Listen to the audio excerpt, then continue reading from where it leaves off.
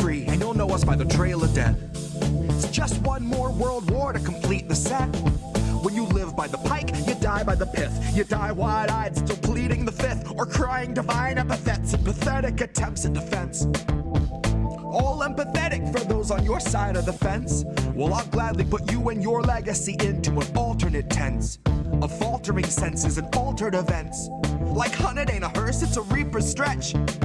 Ah, how sweet, she said. Bunch of hordes in the street like it's Evil Dead, where the thin blue line meets razor's edge, and where the corporate ladder ascends to a steel-toed boot that awaits on the ledge.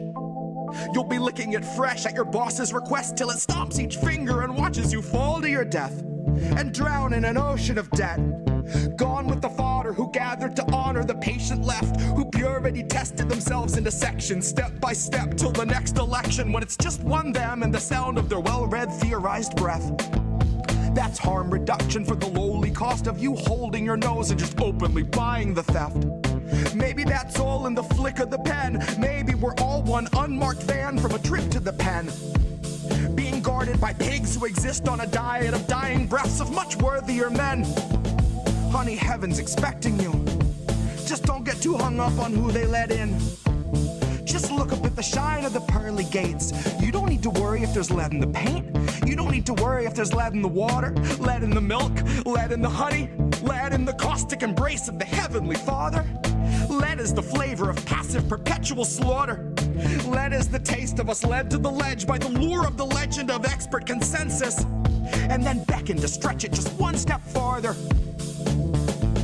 And I hope all the folks who were boastfully gloating and toasting themselves as the heroes of COVID for boosting their boosters and doing their part are now equally thrilled to be starstruck martyrs, all laid in a government grave with anonymous markers, like you're back from the carvers and off to the splicer. You're the very first wave to be slain in the war against Pfizer, that 100 years war against Pfizer. They are thinning the crowd that is striking right now to bleed adequate pay from those inhuman misers, who all sit in their office and designate coffins to people regarded as nothing but profit for Kaiser. Still the Dems want you nicer. Dems want you softer. Dems want you kinder. Yeah, they all want you graciously starving in silence. You will speak when you're spoken to. Rest of the time, you and all of us peasants are merely depressing statistics neglected in Congress's binders. All bled, bone dry, then fed to the grinder. Our headstones line each step as reminders. That's a lesson in object permanence learned in the furnace by workers consigned to the fire. Workers bled, bone dry, then fed by the fed to the grinder.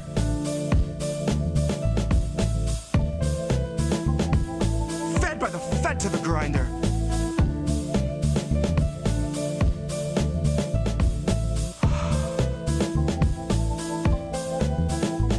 Now the fed went straight to your head. Mind what you hide and your size unsaid, and your eyes turn blind to the signs unread. Flag bright red, so you let it in bed. You let it inside, and you'll see that it's fed. Never you mind that it grinds your wealth into bread for itself, then it bleeds you dry, then it dines on the dead.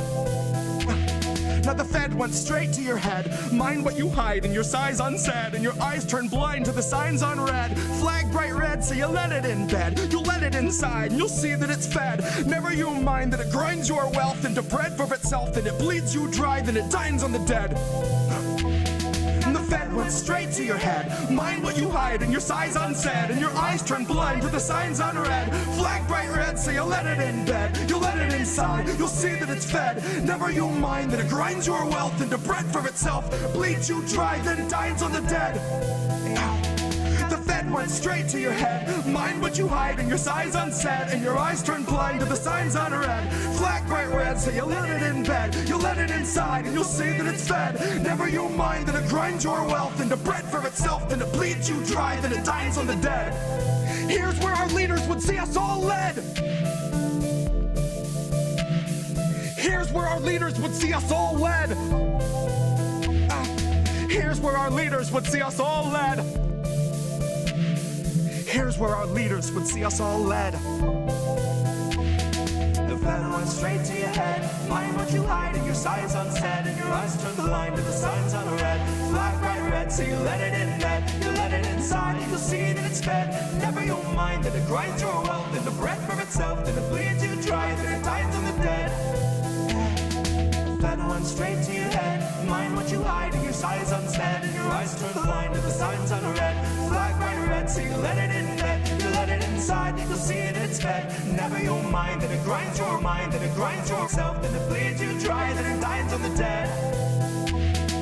Here's where our leaders would see us all led.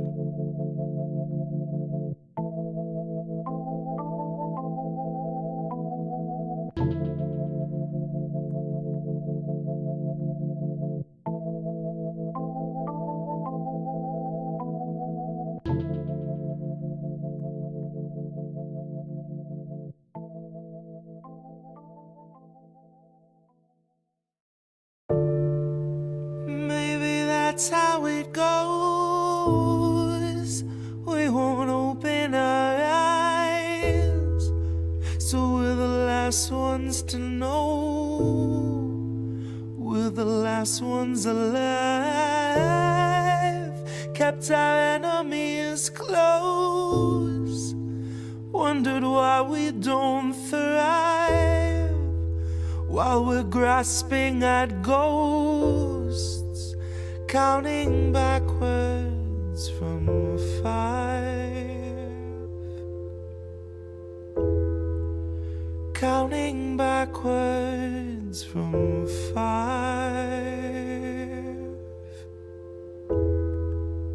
Counting backwards from 5. Count back from 5. The theater on fire, the cast on strike. The studio stock starts taking a dive. The contract's tossed and they're gone with the tide. The heads and execs, their hands are tied. We can't pump this dreck and treat you right. But what do you expect from the industry type who survive by the leeching of bodies and minds?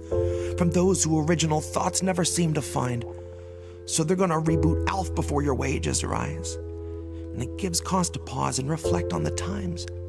If they're losing control of their fools and their mimes, when all those obedient actors who grew their careers by averting their eyes are now holding the line, along with the authors of countless scripts that strengthen the hand of that corporate grip, squeezing our throats till we take the pen and we accept and consent to the corporate drip, till you're all up to date on your pharma du jour, till you got a healthy support for the war on your lips. And now you know that the advertisers need more than a rerun summer full of flashback clips.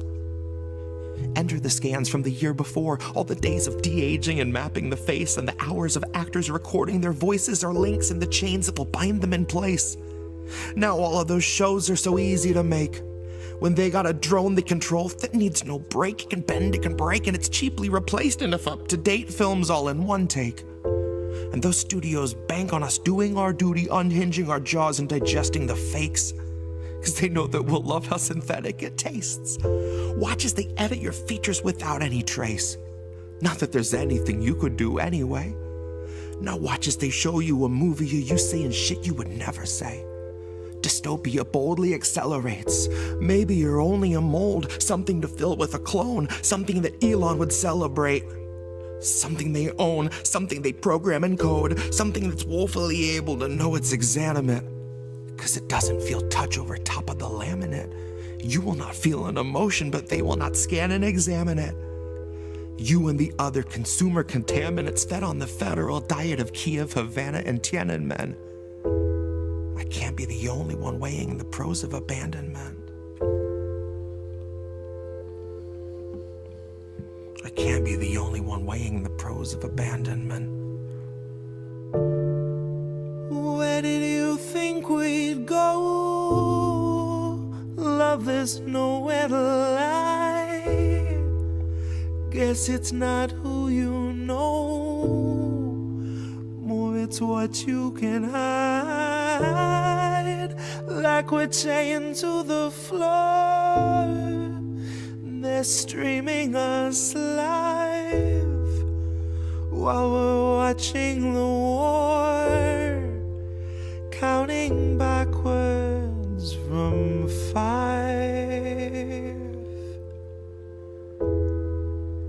counting backwards from 5,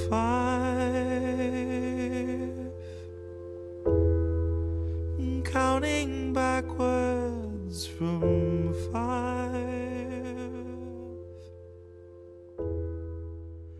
counting backwards.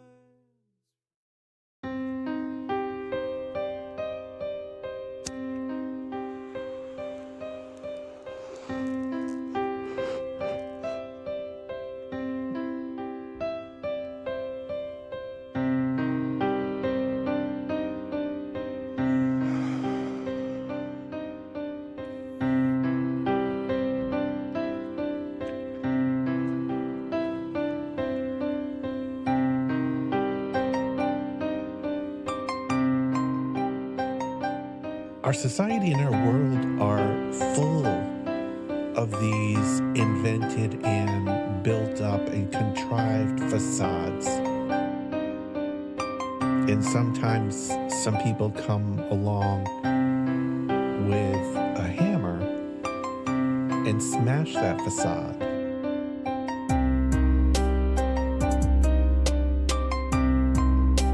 It's a brilliant, powerful hammer. It's a brilliant, powerful hammer to smash that facade.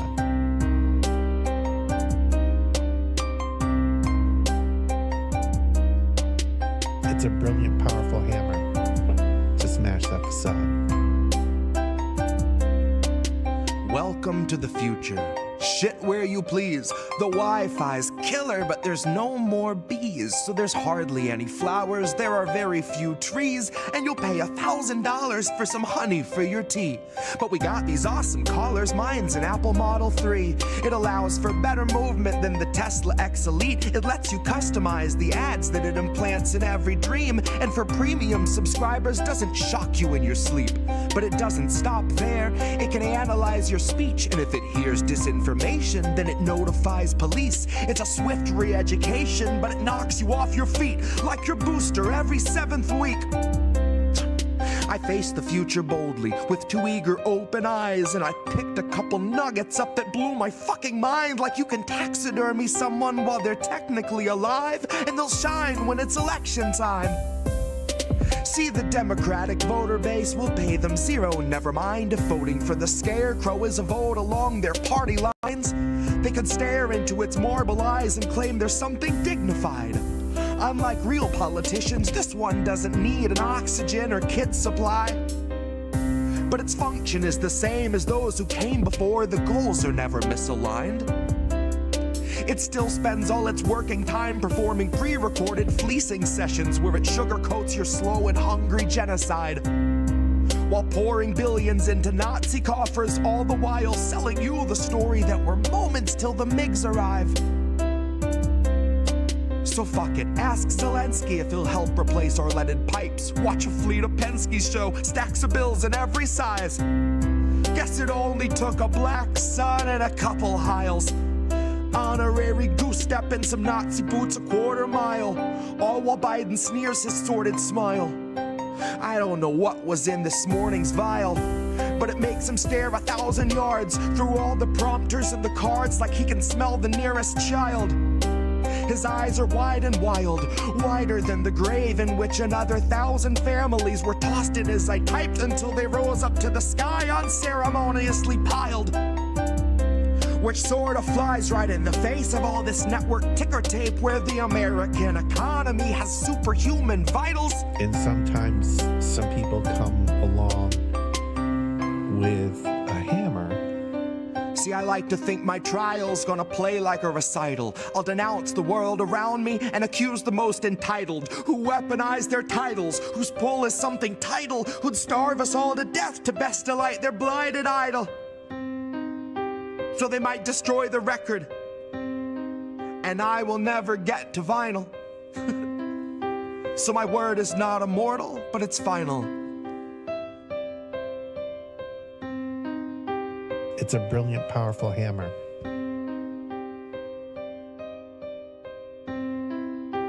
It's a brilliant, powerful hammer to smash that facade.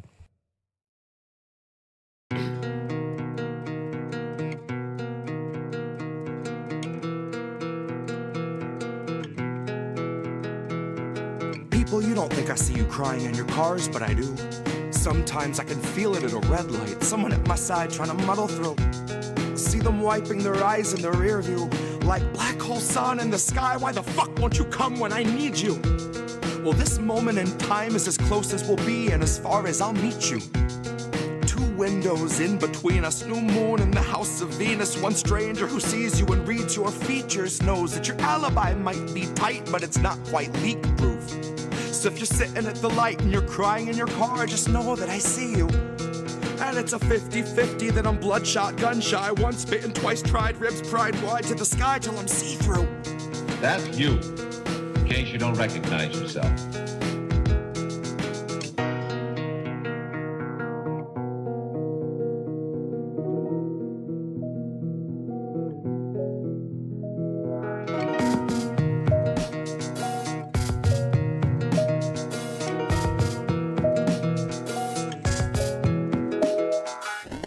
don't think I see you struggling to breathe, but I do.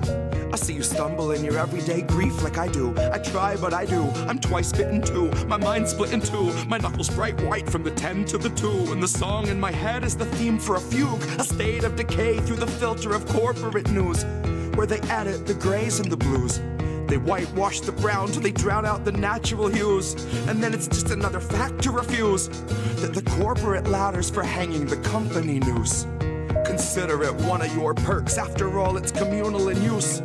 So you can come and hang till your legs go limp and they're shaking you loose. Now you watch 5 co-workers opt for the alternate exit, neatly suspended above where you wolf down your food. And your company gets its incentives embellished by harping on wellness, suggesting you'd best take time for your mental health after your 14 hours are through. Like we gave you a bottle to piss in and fixed up a noose on the crossbeam. Christ, what more can we do? So if you struggle to breathe any moment that you aren't asleep, then remember, most of Americans fear for their savings, fear for their shelter, fear for their babies. You aren't the fringe of exception, but rather a perfect example of capital's rule. And you're far less alone than the ruling class tells you is true. You're far less alone than the ruling class tells you is true.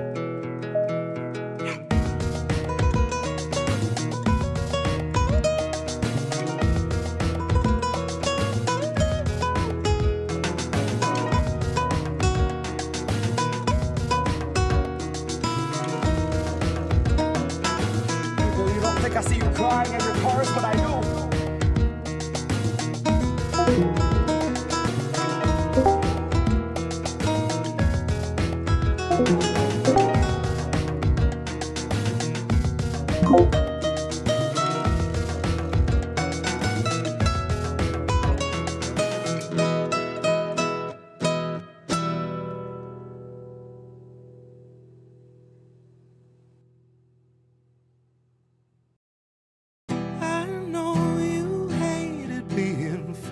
Awake. I know they wrapped you in the warmest chains, and I know they're so hard to break.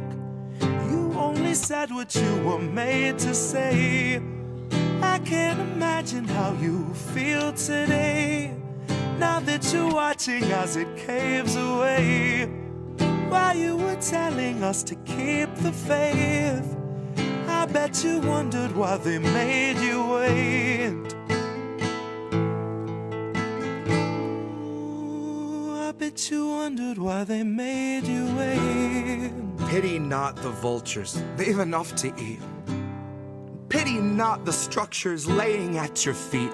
Cannot see the sky, but there's this rainbow in the creek that spells pity-free speech when we can't afford to speak. That's Agenda 2030 on some early release. It's just our policy of never-ending chemical leaks. That's the cholera awash in your embedded beliefs. It's the billionaires who tell you what you'd better believe. And sugar, if you don't agree, then that's what we call extreme. Now if that isn't fascism, I'm going back to sleep, 'cause words have lost their meaning and I'm trapped inside a dream where we turn the gears while living in the spaces in between.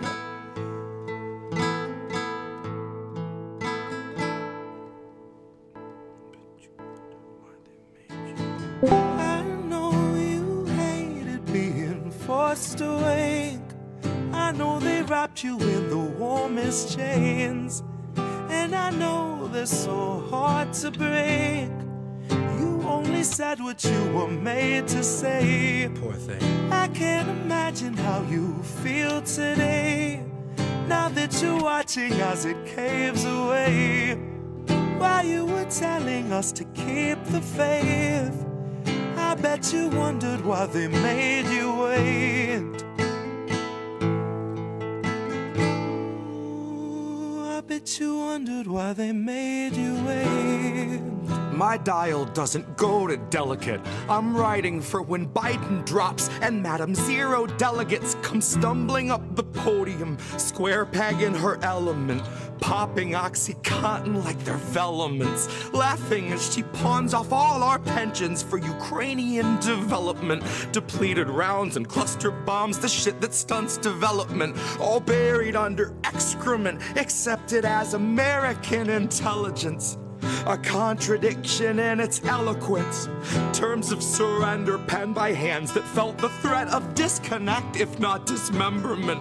Oh, what little proof you have to fake to make a nation love the bomb, change its tune and warp its temperament.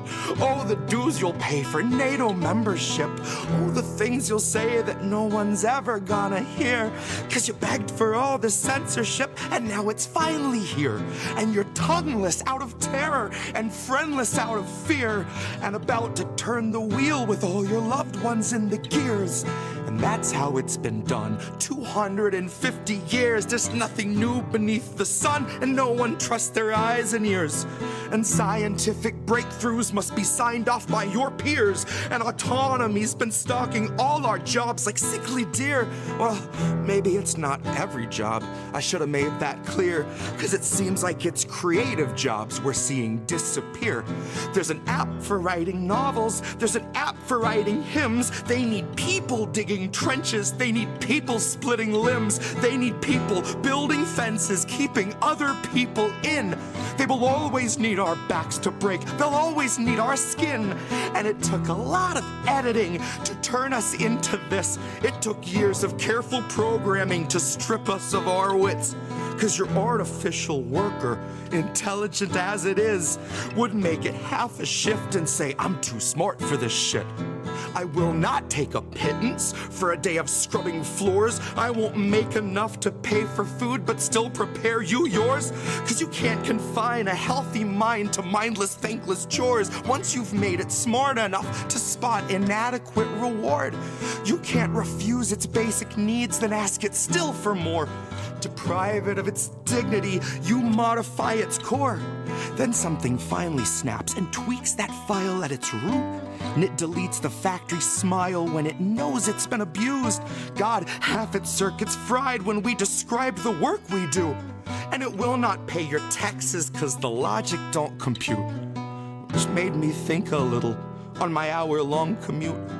The day I learned the call was made to lay off half my crew. They told me they were growing, expanding somewhere new, where those who push the buttons will themselves have buttons too. And I hope that when the whistle blows, they all as one refuse. I hope they strike with all their might, one blown collective fuse. And I hope the worker after me has something more than heart. I hope they truly know their worth. I hope that they're too smart.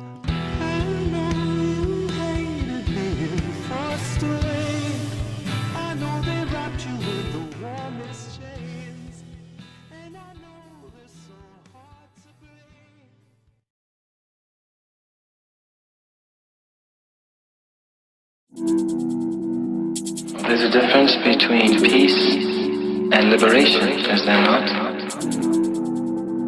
You can have injustice and have peace. Isn't that correct? Have peace and be enslaved. Yes. So peace isn't the answer. No. Liberation is the answer.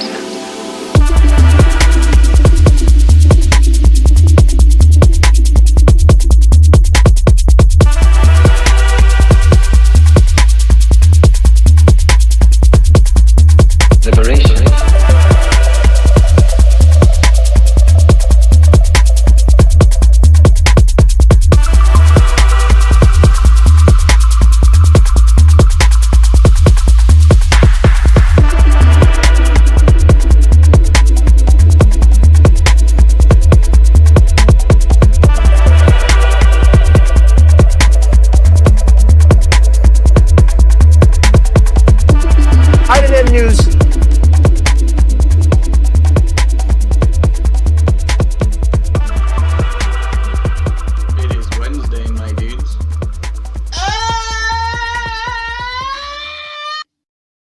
We did it! We're here! Yay! We made it! We're back. We're back. Hope you didn't miss us too much. You know? I know it's tough without us. No. But it's Einen News. It's me, Reef.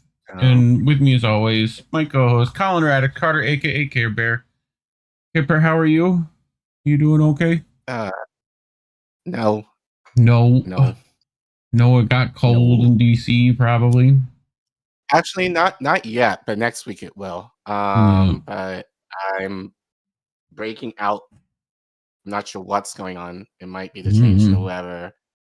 That's just, or some maybe an allergic reaction. I'm not sure what. I'm getting congested, so that's beginning to say it's getting cold and all the things, and I might go on a tirade. Maybe, I don't know, but I think because I'm a little congested, I might not, but I might go on a tear later on tonight. If you guys stay here, you know probably why. So,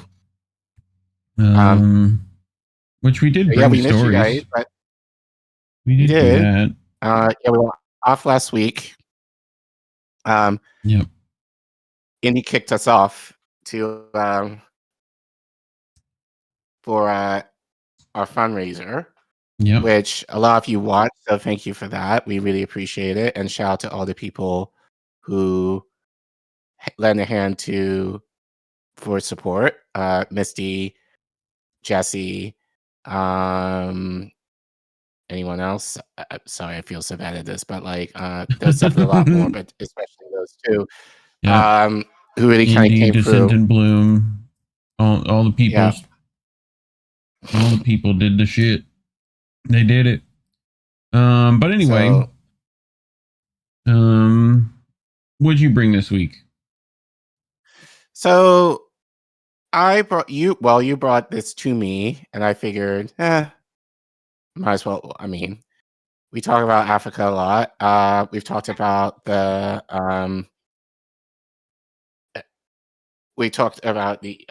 how the West is stealing their resources, essentially, but we're going to look at Senegal a little bit in terms of how they are being exploited through the IMF, and what is the hope of the continent in general. Well, we know, but give another perspective and another West African country that we don't ever talk about ever.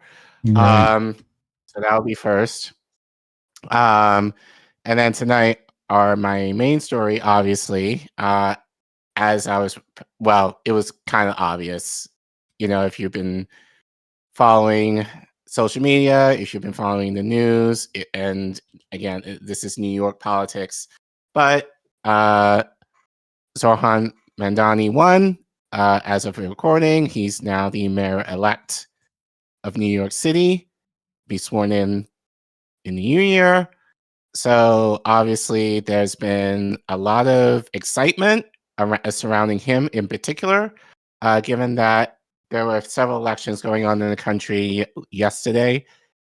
Biggest races were in Virginia, New Jersey, and Prop 50 in California. All won pretty big. Like New Jersey and Virginia were just run-of-the-mill, centrist, safe candidates, so who cares about them? Everyone is kind of coming behind Mamdani, obviously being the Democratic Socialist candidate that everyone's excited about.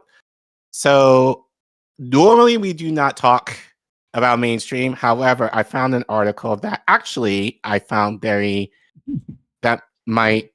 kind of read it to you a little bit last night, but I thought it was very interesting in the take that this person had, given that I brought enough for my own take because I'm gonna go the fuck off. Right. So, and you, in response, like you said to me, "Oh, I can give you some stuff." You ended up giving me like over 20 things. So, dude, more than that. I was like, "Fuck it." If we're gonna talk about you were just gonna give me right. So, but we're gonna do mostly you, but we're gonna do the thing. Because look, we get it. We understand the hype, but we have to look. No. And you can hate me. You You can hate me all you want. I really don't care. But we're gonna bring some reality to y'all. Like, and you guys are fam. You know how we are. But we want to been here a minute, kind of simmer down a little bit and remember who this guy actually is. Yep. And again, and I'll say this probably in the segment, don't put your hopes up on any politician who chooses to run in the Democratic Party, who chooses to play within the current establishment that is not designed to help regular folks like us. Nope. So I'll say more later, but yeah, we're probably going to go on a tear later on tonight. So join us for that. Yes, and then what did you? Well, you brought something that you in itself might also tear through, which I'm surprised. Yeah, it'll be quick. We just want to celebrate the death of Dick. Ding dong, the Dick is dead. You know, he deserves every bit of hate that you can heap on him. We'll get into why later. But yeah, Dick Cheney died. You know, rest in pieces. So yeah, we're gonna celebrate that. And I brought a story that I think may have went under the radar. Now, we've talked about this specific whistleblower who put out the video in Sid Taiman of, you know, IDF guards raping Palestinians on camera. And what did Israel decide to do? Not investigate the rapists, but arrest the whistleblower. So we're going to get into that and the details of that story. So, you know, if you're sensitive to that, I would just head out after our, you know, Mamdani segment. I'd just be like, all right, bye. But yeah, we'll warn you again when that comes up if you're sensitive to that kind of story. But, you know, otherwise, you know, that's what I brought. So, you ready? I'm ready. Yeah. But before we start, as per usual, we're officially in the holiday season, folks, and government is shut down on well, we knew they were going for a record, and they did it as of today. So we know that a lot of you are watching your pennies, especially now. So we are fortunately, we're in a good position, at least for the end of the year, in terms of paying our bills and ensuring that our needs in terms of running the show and running the network are fine. That being said, obviously YouTube hates us that they are not monetizing us anymore, and have said as much, because we talk about stories at a more deeper level that their sponsors can't handle. So the good news is that you can rest assured that all the money that you give us generally goes to us directly.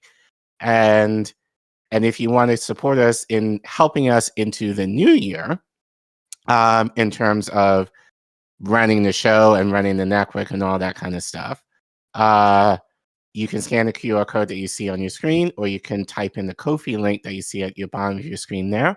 Or if you're in the YouTube chat and you totally forget both, type in _donate and the Ko-fi link will pop up, and you can click on it and you can donate any amount that you can.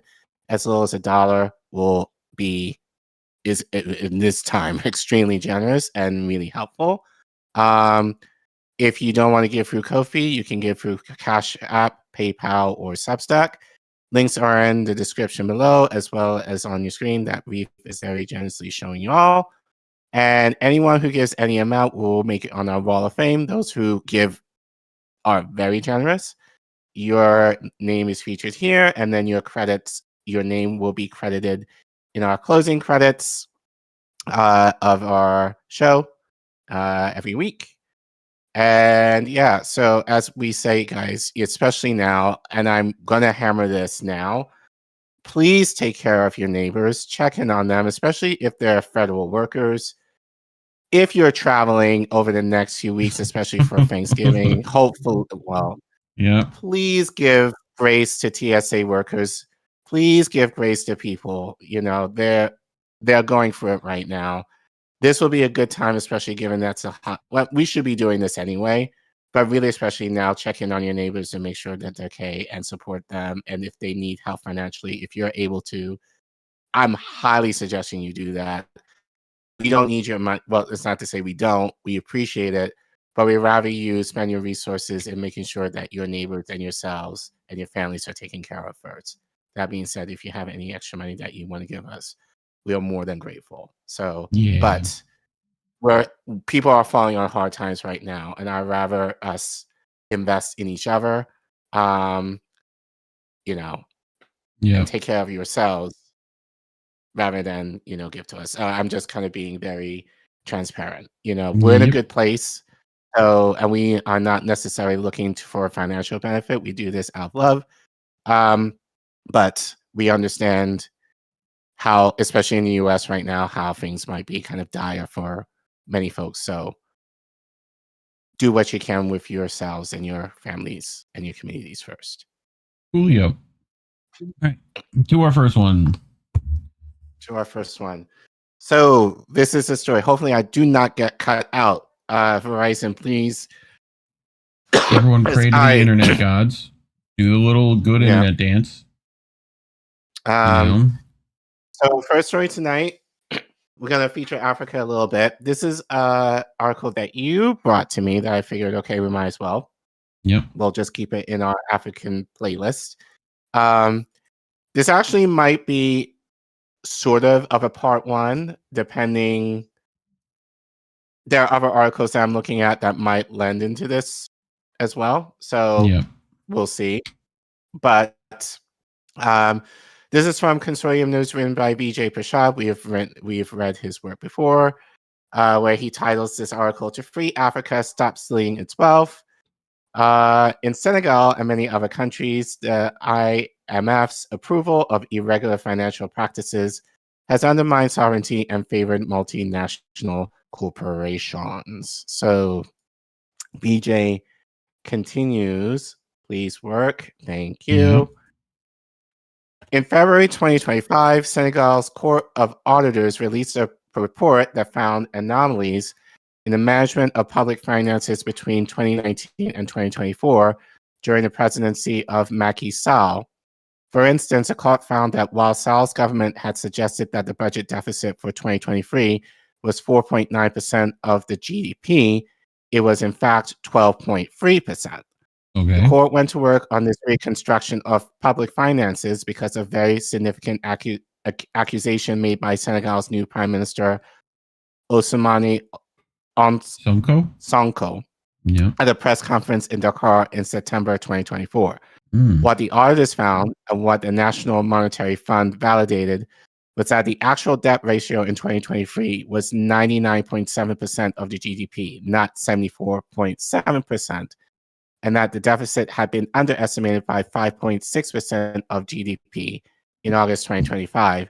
The debt ratio was revised to 111% of GDP.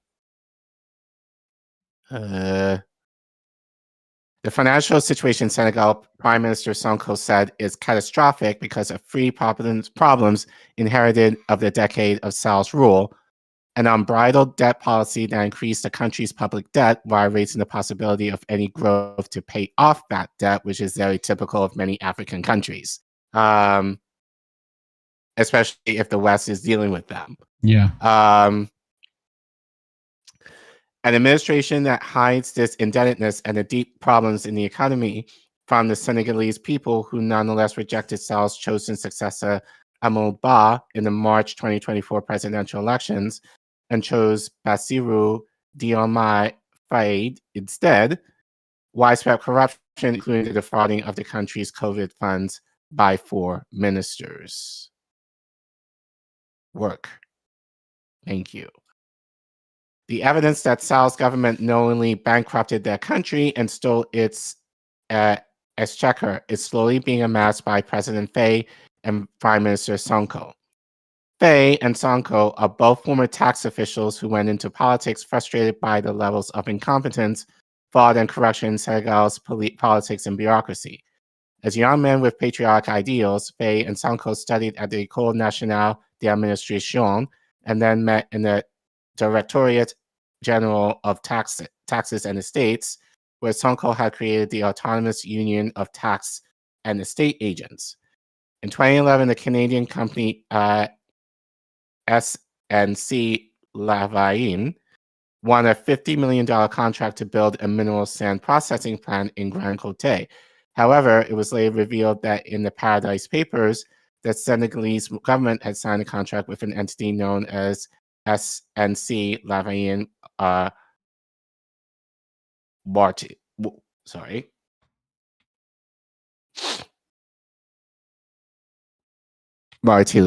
Sorry. Kind of hard to read there. In other words, the Canadian company had become a Mauritian company. Conveniently, there was a tax treaty between Senegal and Mauritius that exempted companies registered in Mauritius from paying taxes in Senegal. Due to the shift in jurisdiction, SNC Lavalin was able to avoid paying at least $8.9 million in taxes to Senegal. SNC's Lavalin annual revenues are about $6 billion, a third of the size of the GDP of Senegal, which has a population of 18 million.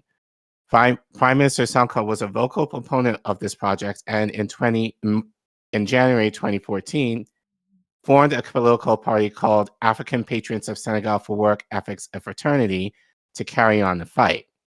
In 2017, he won a seat in the National Assembly, where he raised the issue of tax havens and corporate theft. A tax haven can be a paradise for multinationals that want to avoid paying taxes, he said in 2018. But for the country, it is hell.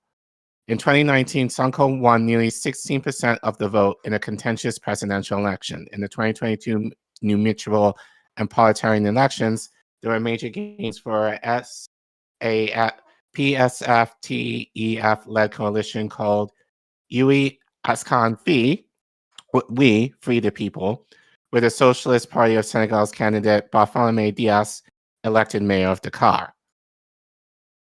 Yep. Then President Sall was furious with these former tax officials and sought to ban their party and silence Sonko. This led to major demonstrations in 2023 through 2024 that culminated in the electoral victory of Faye and Sonko. It is no surprise that these former tax officials dug into the accountants' ledgers and uncovered evidence of fraud. But are Sall and his government the only ones guilty of fraud? After all, the entire bureaucracy in Senegal, including the Court of Auditors, did not seem to act on the complaints made by Sonko and others, nor on the revelations from the Paradise Papers. Perhaps the most striking act of malfeasance is not by the Senegalese government, but by the IMF. Since Sonko began to raise this issue in 2017, the IMF has published at least 7 staff reports on Senegal, none of which indicated there was any problem with the reporting arrangements on debt or on finances.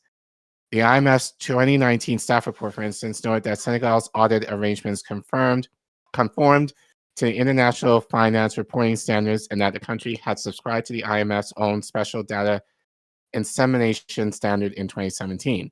If the IMF signed off on the data being provided by Senegal, then it is just as liable for fraud as the Sall government and should be held to account.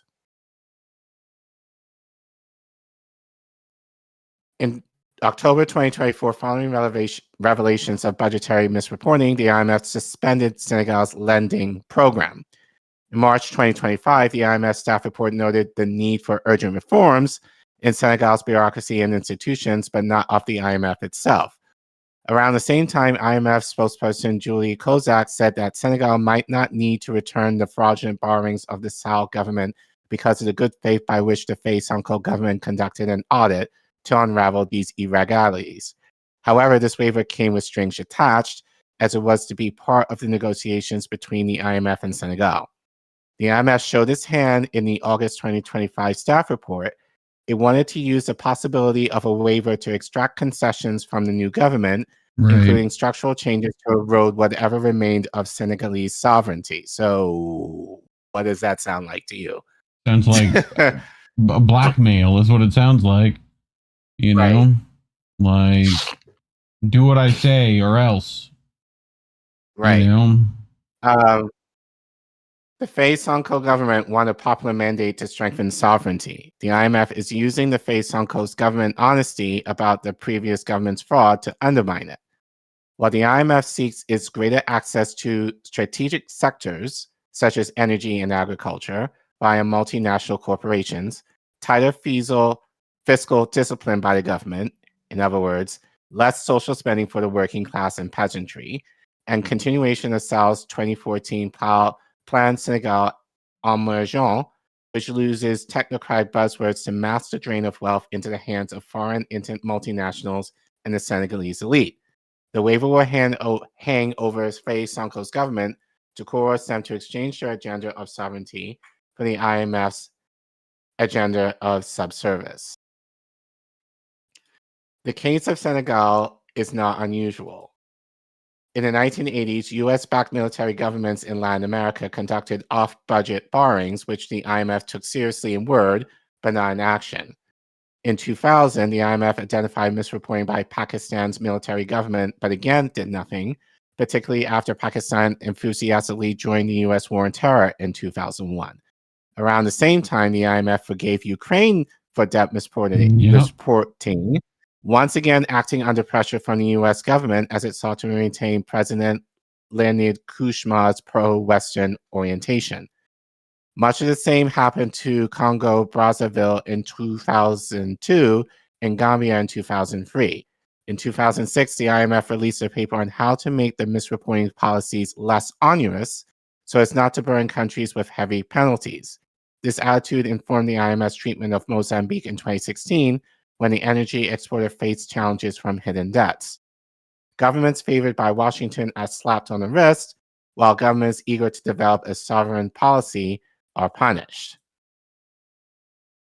In September, the great Senegalese musician Cheney, I guess that's how you say it, released an album called Mamdani, I guess that's how you say it. The album features a reggae track called African Development that starts with Cheke Lo intoning the names of Cheke Anta Diop, Thomas Sankara, and Nelson Mandela before he riffs on the words, "Free, free Africa, Africa must go free." This song is a return. This song is a return to the source, to the hopes and aspirations when Senegal won its independence in 1960 and raised its flag under the leadership of its first president, Leopold Sedar Senghor. Health first, sings Cheikh Log, who goes on to list a number of demands: agriculture, livestock, farming, fishing; education, temple of knowledge; vocational training; job creation for youth; public security; preserve natural resources; fight poverty; fight corruption; independent and fair justice; develop democracy. Freedom for Africa is far from guaranteed by the 54 flags that fly in the 54 capitals on the continent. Freedom can only come when people of Africa assert sovereign control over their own resources and emancipate themselves from the iniquities of capitalism and imperialism, which I think will play very well in my next story that we will share tonight. But any thoughts? I mean, not surprised. Yeah. Just a lot of mismanagement and cooking the books in the IMF's favor, essentially, in a way to garner Senegal's resources. But it's good that, unlike what we've read before, like in Nigeria and the other countries, you know, there's a lot of corruption that they'll kind of play along. At least in this case, we have leaders who are good actors, who are actually working for the people, who were very honest. And I think their honesty is, well, in the West case, almost to their detriment. Yeah.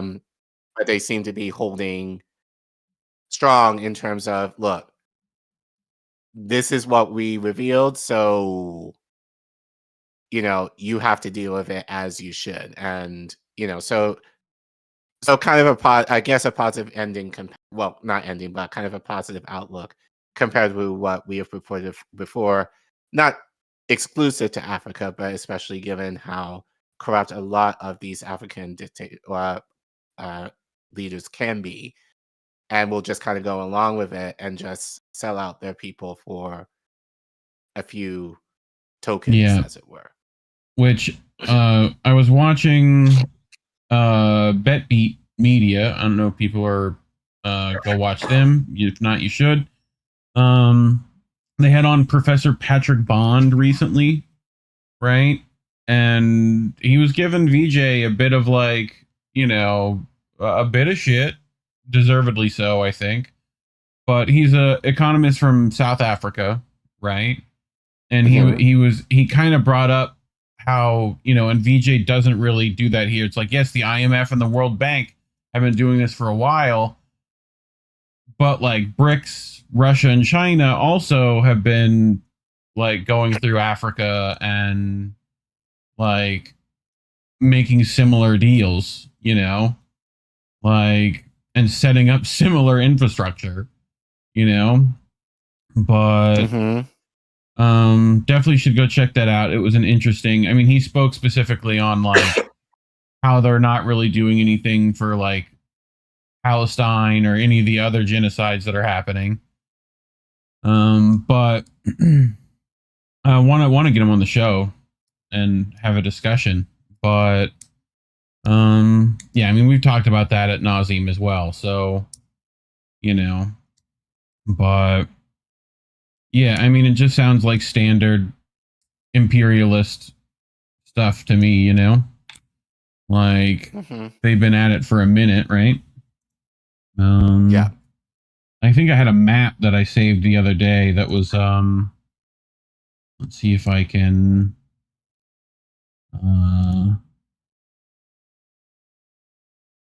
no, wrong map. Hold on.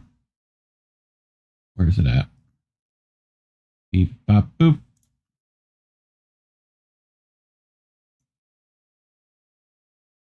There we go. So like this thing, right, which was like 1987, right? And this is like them trying to claim Africa was communist controlled, just like they're doing in Venezuela now, you know, and they use things like the IMF to like reinforce these types of like subjugation, you know. But funny they were doing this back in the 80s, you know. So did any of the, I mean, you've been near some of these countries. Any of these look like communist, Marxist, Leninist controlled? You know, like no, absolutely not. You're like, no. Africa should be so lucky. But yeah, I mean, that's my thoughts on it. So, you got anything else? No, that's it. And talk about this story and other stories like these is why we're demonetized. So if you want to support us financially in helping us keep this show running as well as other shows on the network, feel free to scan the QR code you see on your screen, or you can type in the Ko-fi link you see at the bottom of your screen. Or if you're in the YouTube chat and you are live right now, you can type in !donate, all one word. The Ko-fi link will pop up. You can also give on PayPal, Substack, and Cash App. Links are in the description below. And as always, you know, we understand, especially right now, that money might be tight for some folks. So the free way that you can support us, if you can, is like, comment, and share our content. Apparently, comments help feed the algorithm, so to speak. So let us know what you think. Are you surprised with the IMF's basically mishandling and mismanagement of money, you know, in Senegal, in the form of extortion and blackmail, as Reef said? And how does this, and what do you think in terms of these African leaders who are actually doing the thing and then actually trying to bring some dignity to the country? And did I lose it? Nope. And that's holding. In order to bring liberation to the country as well as the continent. Let us know. And thanks for watching. Yeah. Yeah, it held the whole time. So that's a nice African country you got there. Be a shame if anything happens to it. That's what the entire article read like, you know? But anyway, Scott's talking about British biscuits. I blame myself for bringing it up. What's your favorite British biscuit? You know, you're having tea. What would you like to have with your tea? You know? Jesus. So many to choose from. I was just there.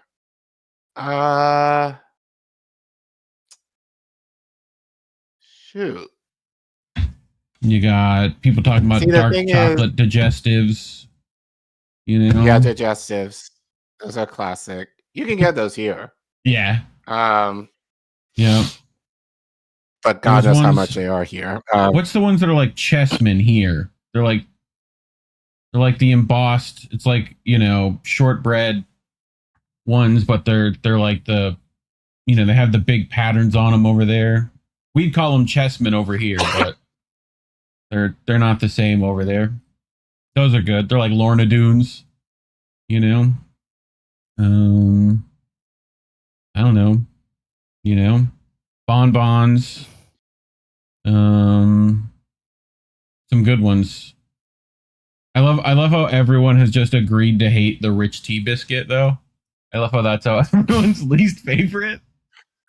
You know, that's just hilarious to me. But anyway. Oh, I was trying to talk about stroopwafel, and they were like, "What's a stroopwafel?" And I'm like, "It's just deliciousness that you put over your tea. It warms up." Mm-hmm. Someone said moon pies are better. Have you ever had a moon pie? You know? Yes. Okay. A lot of marshmallow and sugar in those moon pies. You know, they are children of the South in and of themselves. You know. As I was born in Mississippi, I have to be aware of the moon pie. You know? So, but anyway, let me look at what else.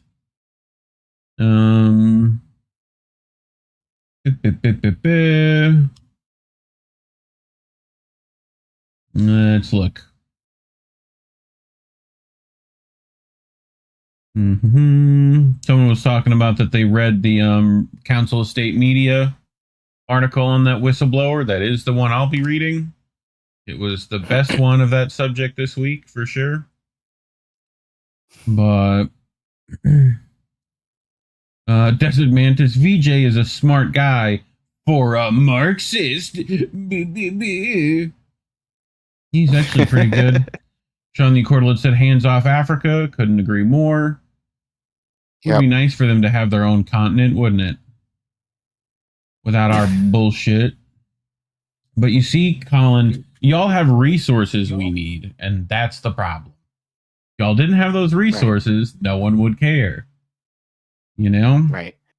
So what's funny, like with John calling once upon a time these countries shitholes, but not so much a shithole to steal their resources. Yep.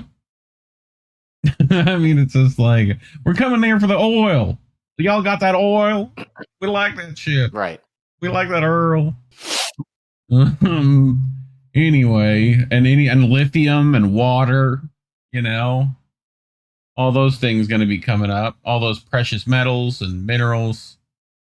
So, but anyway, let's get to our next one.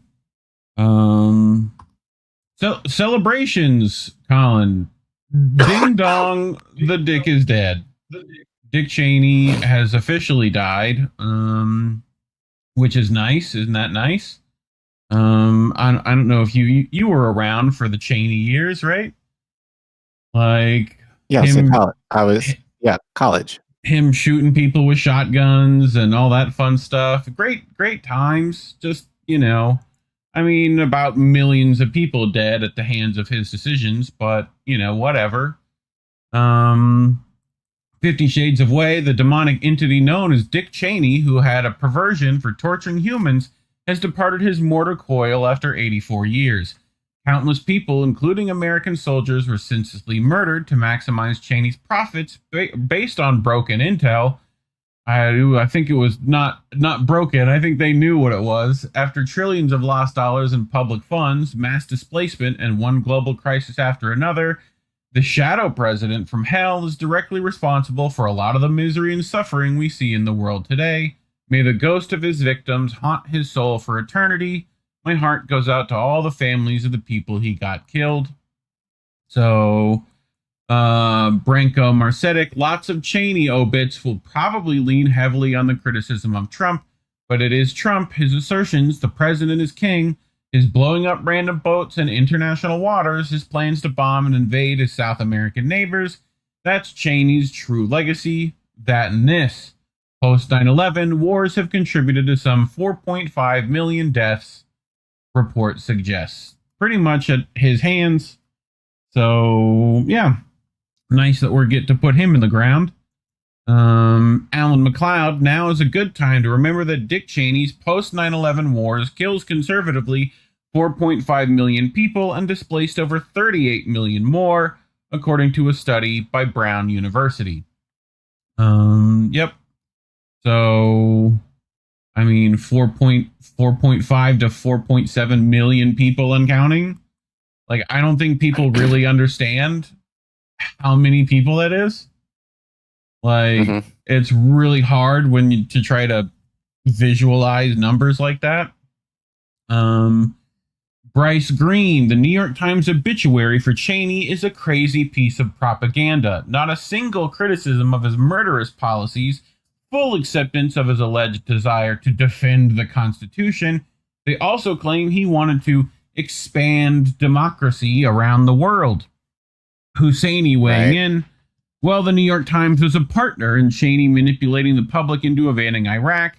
He leaked disinformation to the paper about Iraq trying to get nukes, and then cited the leak as reason to evade. I mean, you remember the, whole, like, tubes on the cover of the front, New York Times, like, weapons of mass destruction or whatever. Big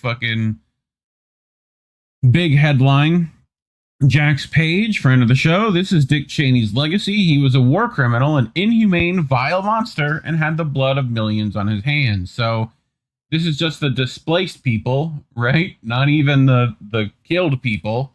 So 9.2 million out of Iraq, 7.1 million out of Syria, 5.3 million out of Afghanistan, 4.4 million out of Yemen, 4.2 out of Somalia. Pakistan is 3.7 million, 1.7 million in the Philippines, and 1.2 million in Libya. As, his puppet would tell you. But I thought we should listen to Caitlin Johnstone's article on it. I feel like she kind of hit the nail on the head on this one. But her husband, Tim Foley, will be doing the reading for us. Appreciate you. Here we go. Cheney should have died alone in a cage. Dick Cheney, arguably the single government official most responsible for the expansion of U.S. warmongering and militarism in the 21st century, has died. The worst war sluts of the U.S. empire have issued statements expressing their condolences, including Democrats like Joe Biden, Kamala Harris, Bill Clinton, and Nancy Pelosi. Because if there's one thing that can bring Democrats and Republicans together, it's war crimes and the slaughter of millions of Middle Easterners. Dick Cheney died far too old and far too free. The fact that such monsters get to pass away in their 80s, surrounded by loved ones, instead of alone in a cage, is an indictment of our entire civilization. In a truly sane society, Richard Bruce Cheney would have lived out his life in relative obscurity, working as a gardener or something. In a fairly sane society, people would have realized what a monster Cheney was before he could do any major harm in Washington, and he would have been driven out of any town he tried to enter. In a slightly sane society, he would have been punished for the rape of Iraq and lived out the rest of his life in a cell in The Hague. But we do not live in a truly sane society, or in a fairly sane society, or even in a slightly sane society. We live in the sort of society that lets a man unleash a chain of events which kills millions and displaces tens of millions, causing more human suffering than the mind can possibly comprehend, and then live out the rest of his life in comfort and privilege, with zero consequences of any kind. Dick Cheney is dead now, but his legacy lives on. The damage he did is still unfolding. The hegemonic, hyper-militaristic ideology he promoted has become the baseline norm. New swamp monsters have stepped in to fill his shoes and advance the same murderous and tyrannical agendas he advanced, confident that they too will suffer no consequences and live long and comfortable lives in reward for their loyal service to the U.S. empire. Dick Cheney left a stain upon our species that we will spend the rest of our lives trying to scrub out. All decent people want our world to move in the exact opposite direction he spent his entire blood-spattered career working to steer us toward. All decent people want to undo everything that Dick Cheney was. That said, the world actually does feel better without Dick Cheney in it. Feels a bit brighter, a bit lighter, kinder, gentler. I don't find comfort in the idea that Cheney is burning in hell now, because I do not believe in hell. I don't find comfort in the idea that the empire will become less murderous and abusive in Cheney's absence, because it won't. I find comfort in the fact that, after all these years, I am finally walking around on a planet that I do not have to share with Dick Cheney. It's a nice experience. Give it a try. Take a few steps and notice how you are at long last walking around on an Earth that doesn't have Dick Cheney on it. Look up at the sky and reflect on the fact that you and Dick Cheney are not living underneath that sky together anymore. Breathe deeply and think, today is the first day of life without Dick Cheney. It's pretty sweet. I find that something in me relaxes a bit. Something subtle in my animal body is very relieved that he is gone now. That's good enough for me. I'll take it.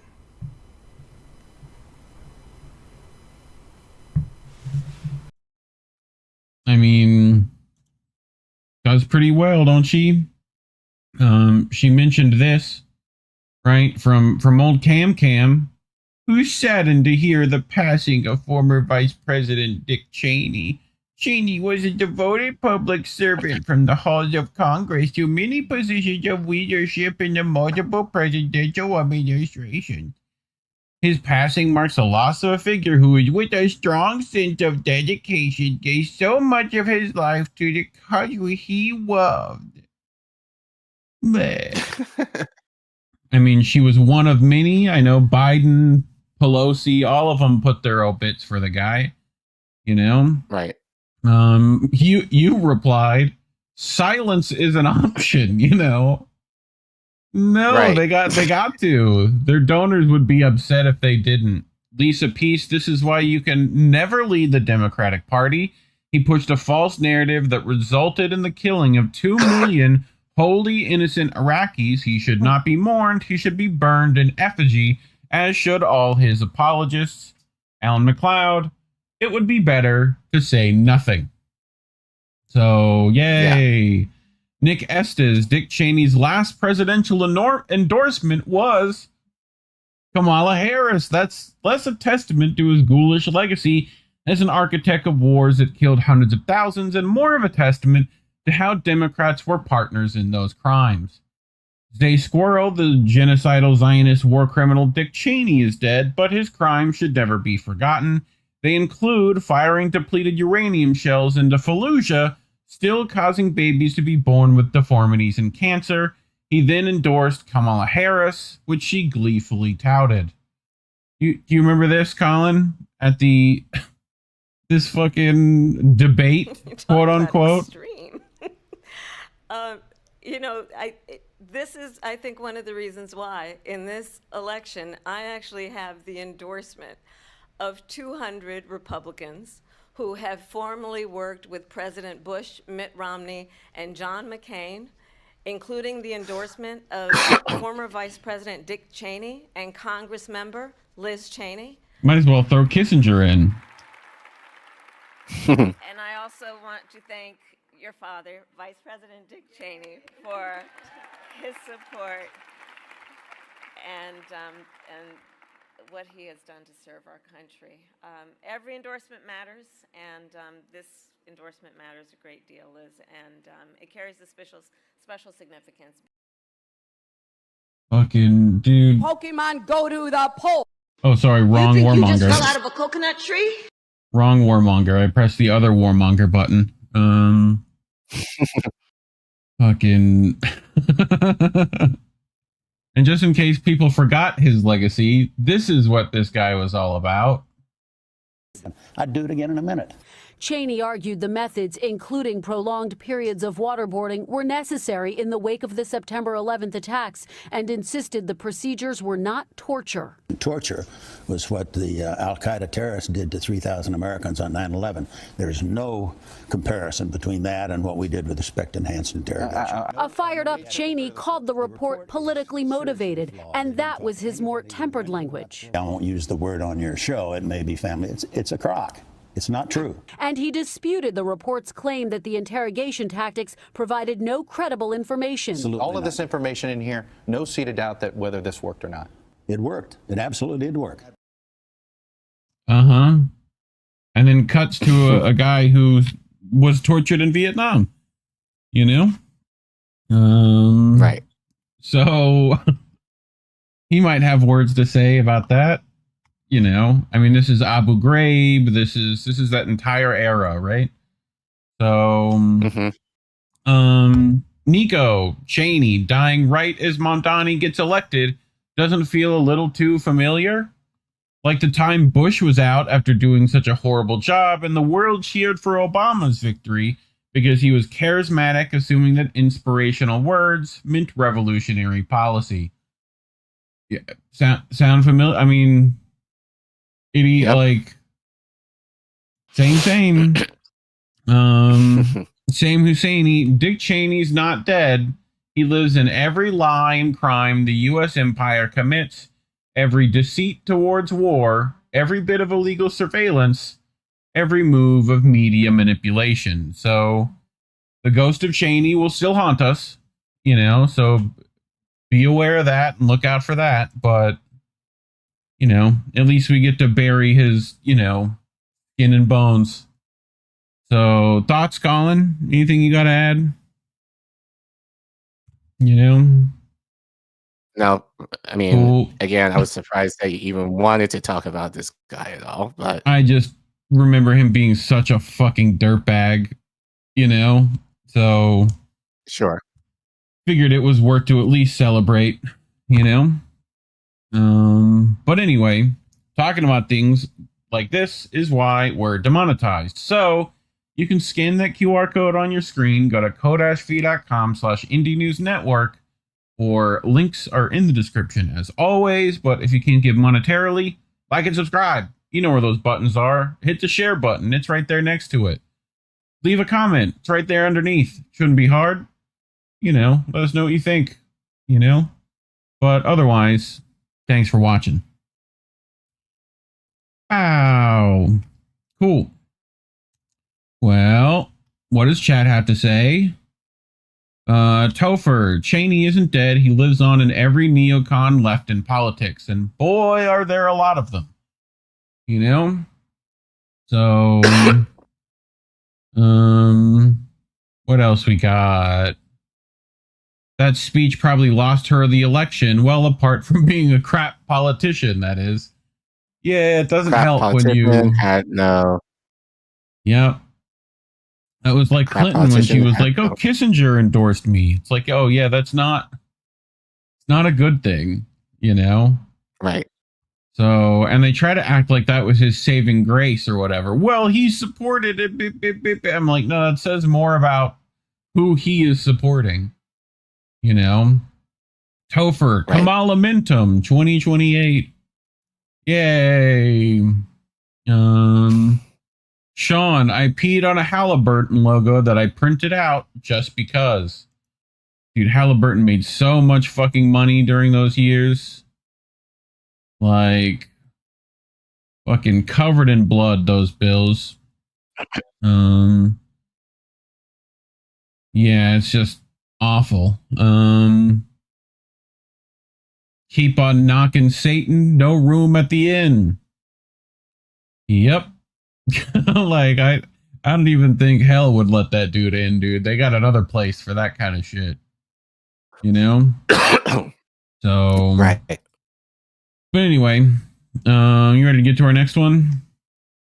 I'm ready. Yes. Cool. Yes. So by the time you watch this, if you're watching as a clip, Mamdani won. So he's now the mayor-elect of New York City. Be sworn in the new year. A lot of like a lot of just mess. Well, we saw all of it. Like, we saw a lot of crash outs. We saw a lot of celebration over this guy. And look, as I said earlier, I get it. And I'm gonna wait until this thing stops. Is it going? Why you no work? Here, I got you. Okay, thank you. But I found this article over the weekend, which I thought, like, and this is the kicker. This person, who is it? Blake Fleetwood. Fleetwood admits, I am a capitalist through and through. Yeah. So in context, keep that in that lens. But I actually agree with a lot of what he says here. But not for the reasons that you probably are thinking of. So we'll get through the article, we'll talk about it, and then we'll roast Mamdani later. So depending on how you want to do this, Reef, you probably want to make this 2 separate segments. But anyway, so Blake writes in ScheerPost, why capitalists should support Mamdani, a communist lunatic, because, of course, any person that suggests the idea of helping people, especially in the Democratic Party, is considered a communist. Again, we should be so lucky. But anyway, Blake writes, sorry. Is Andrew Cuomo experiencing a dead cat bounce? What is a dead cat bounce? No idea. Okay. Anyone who knows, let us know in the comments. Dead cat bounce. That's the opinion of statistician Nate Silver after seeing Kashi betting odds this week. New York City mayoral candidate Zohran Mamdani is at 92% and Cuomo is at 7%. After Democratic Socialist Zohran Mamdani convincingly won the New York City Democratic mayoral primary in June, the Democratic establishment and the wealthy business elite were shocked and mildly hysterical by Mamdani's miracle rise from 1% approval rating to a convincing victory. They scrambled to amass a 100 million war chest against Mamdani. And just look at that. Just all this money just thrown away to prevent him from running when that money could be used for other things. But I digress. Former Governor Andrew Cuomo was lured back into the race as an independent candidate. National Democrats and powerful insiders were especially concerned about what a Mamdani victory would mean for the Democratic Party's future. The election is widely regarded as a bellwether, possibly emboldening a new era of progressive candidates. But despite the lopsided betting odds, Cuomo had recently picked up substantial support, having a 20-point early polling deficit in the closing days. But the polls, with Mamdani up by 15 plus points, still favor the reformer and his army of 50,000 volunteers. The Wall Street Journal equated Mamdani to Stalinism and ran 30 articles for fear-mongering about dystopian future. There are currently 6 mayors in America who are members of DSA, and none of them have implemented purges or rounded out billionaires into gulags, according to the Fair Opinion website. Mamdani's answered that New York is not for sale and promises to oust the oligarchs who have traditionally run the city. I'm not sure how he's going to plan to do that, but okay. Chase's Jamie Dimon called Mamdani more a Marxist than a socialist. It's officially a hot commie summer, said Dan Loeb, a hedge fund manager. The financial fat cats, especially the real estate moguls and the pro-Israel lobby, were determined to demolish the 33-year-old Muslim Mamdani. But don't count the fat cats out. Mamdani is not a shoo-in, even in heavily Democratic New York City, which, as of this recording, he is. Mm-hmm. In the spring of 2021, India Walton, a socialist, beat 4-term incumbent Mayor Brian Brown in the Democratic primary in deep blue Buffalo, New York. However, despite an overwhelming Democratic majority, Brown teamed up with Republicans, who were powered by large infusions of cash, and ran a write-in Republican campaign that ultimately beat Walton in the general election. I am a serial capitalist entrepreneur. This is the person writing the article, by the way. I have owned real estate in New York City, started a successful internet travel agency, and I am working on a couple of startups. It's precisely because I believe in capitalism and I want it to be preserved and thrive that I can easily support the pragmatic reforms of a democratic socialist like Zohran Mamdani. Let's see why. Here. Donald Trump and the Thank you. Donald Trump and the Republicans have already labeled Mamdani a communist lunatic. Republicans already call many Democratic candidates socialists. No getting around that label in any election, but they are worried. Charismatic Mamdani adopted Trump's #1 issue, affordability and the cost of living, and turned it into a winning change, quote unquote, campaign for Democrats. Interestingly, many wealthy and educated voters support Mamdani. He won among voters making more than $50,000 per year and slaughtered his rivals among voters with advanced degrees. It turns out young Americans prefer socialism to capitalism, according to a recent Gallup poll. But overall, the word socialism has been toxic in American politics since the turn of the last century. However, in recent years, Senator Bernie Sanders has made a significant contribution to legitimizing and destigmatizing democratic socialism. Sanders described it as an extension of former President Franklin Delano Roosevelt's vision to go forward in the wealthiest country in the history of the world and guarantee a decent economic standard of living for all of our people. And to do that, obviously, we have to combat oligarchy and the incredible, unfair, and unequal distribution of wealth and income.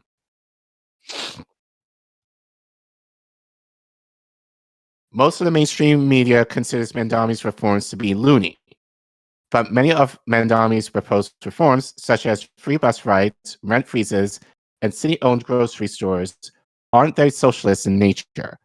Numerous cities across the U.S. provide free bus service, promoting public transit, energizing economic activity, and reducing congestion. A 2% $20,000 tax on individuals earning over $1 million per year is neither particularly burdensome nor anti-capitalist. Michael Bloomberg, who many consider New York's most successful mayor, proposed some programs similar to what Mamdani is asking for. Bloomberg supported free crosstown buses and implement the Fresh program, using public-private partnerships to increase access to fresh produce in poor neighborhoods known as food deserts. Mamdani called Fiorello L. LaGuardia, who once ran the Socialist Party line, the greatest mayor in New York history. Former Mayor David Dinkins also ran for New York City mayor as a Democratic Socialist in 1989. Mamdani says his favorite political leaders are FDR and Fiorello LaGuardia, of course. Mm-hmm. Of course. It's like the standard. Like, if you're a Democratic Socialist, you must like a FDR. Keep in mind that FDR made these policies, but not for Black people, by the way. That's what, especially a lot of these white commentators are not going to tell you. Yeah, this they did not dog shit so far. Like, well, Like, no offense, but well, I didn't say it was good. I just said it was interesting. Okay. There's more to it though. After his primary win, Mamdani quoted FDR's fireside chat from 1938. Democracy has disappeared in several other great nations, not because the people dislike democracy, but because they have grown tired of unemployment and insecurity, of seeing their children hungry while they sat helpless in the face of government confusion and weakness. In desperation, they choose to sacrifice liberty in the hope of getting something to eat. New York, if we have made one thing clear over the past months, is that we need not choose between the two. Ironically, real socialists strongly denounced the progressive policies of Mamdani and Sanders as a faux attempt to co-opt the coming revolution, just as during the 1930s crisis. Socialists and communists actively opposed FDR's New Deal's social welfare programs that ultimately preserved the free markets of today. Go tell that to Huey P. Long, dude, who is one of the people you're fucking talking about. What happened to him? Huh? Not that Huey P. Long, the other Huey P. Long that Huey P. Long is named after. All right? There's a fucking bullet hole in the courthouse in New Orleans to show you what the fuck happens when you make share your wealth clubs and, you know, like, and literally the second New Deal, which you forget to mention, is modeled after Huey P. Long's fucking letters to FDR, being like, what are you doing? Like, yeah, not good. Not good. Of course the capitalist is like, yeah, but we can save capitalism. Like, anyway, continue. Today, the capitalist system is under its greatest stress since the 1930s. Good. There has been seismic economic changes, exponential technological advancements, and globalization have produced unfathomable riches for a minuscule elite. However, this new wealth has not trickled down. It has resulted in gross inequity for the many, creating a dangerous time bomb that has broken the social pact of upward mobility and growing prosperity for all that endured from 1933 to 1979. This latest engineering of America is not working for the majority. Upward mobility for the lower and middle classes has stalled. Median wages have been stagnant for 40 years. Middle class wages will no longer support home buying, a college education, or decent health care. Life expectancy in the US is declining, and our healthcare system ranks 37th in the world, despite the US spending more per capita than any other country. This increasing equality has persisted under both Democratic and Republican presidents, including Clinton and Obama, as well as Bush and Trump. Businessmen and politicians are just doing what they have always done. It's just that rules in the game change rapidly. An elite got very rich very quickly, and the middle class found itself increasingly ignored, irrelevant, and forgotten. Average citizens are angry and left out. They can't afford the lifestyle they grew up with and are increasingly willing to blow up this system to see what happens. No political or economic system can survive for very long that does not improve the wealth and health of its ordinary citizens. Disgruntled Americans voted left for change in 2008 with Obama, then made a 180-degree turn moving right for change in 2016 with Trump. Then they voted for Joe Biden as a change candidate. Every time, middle-class Americans were bitterly disappointed with the little they got, more politics of platitudes, while inequities continue to mushroom. Mamdani is the change candidate in New York City. Mm-hmm. To Europeans, the American understanding of socialism is absurd. Denmark, Sweden, Norway, the United Kingdom, Germany, and France are profoundly capitalist democracies, and the progressive social democratic policies they adopted were not enacted to replace a capitalist market system, but to prevent the middle classes from turning against capitalism altogether. I think that part I agree with. Yeah, but it's kind of it's still exploitative is the problem. Right, but that's the point. But this is why democratic social. This is what I was saying to you last night. The idea of democratic social, and we've talked about this before. The idea of democratic socialism is dog shit. It's capitalism with guardrails. Yeah. Yep. It's guardrails. Someone is going to get exploited somewhere else. If it's not here, it's going to. And we talked about this probably like within the last year or two. Yeah. Like the dangers of social. So in that regard, I'm glad he said it in this way. Like, it's not the idea of saving people. It's just give the people a little bit more free perks so that they're able to work for us and not die. That's essentially what he's saying. And that, which I think is very true. It like, if they ran with that idea, but the problem is, it's that, a lot of billionaires don't see it that way. Like, they see like losing a little bit of money as a threat. Yeah. So they rather not do that, which is why I kind of Yep.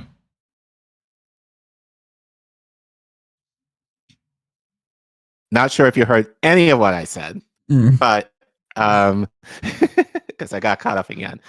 But that this is why, like, so that's kind of why I like the article in this regard, because he's kind of saying tells on himself the quiet part out loud, right? He's telling on himself. He's saying like give the people a little bit more, and they won't work for you. Come kill us. It's right. It's not. But I have more to say probably toward the end. But given the current state of affairs right now, just even giving a little bit more of your wealth, which is not going to be significant for most of these billionaires.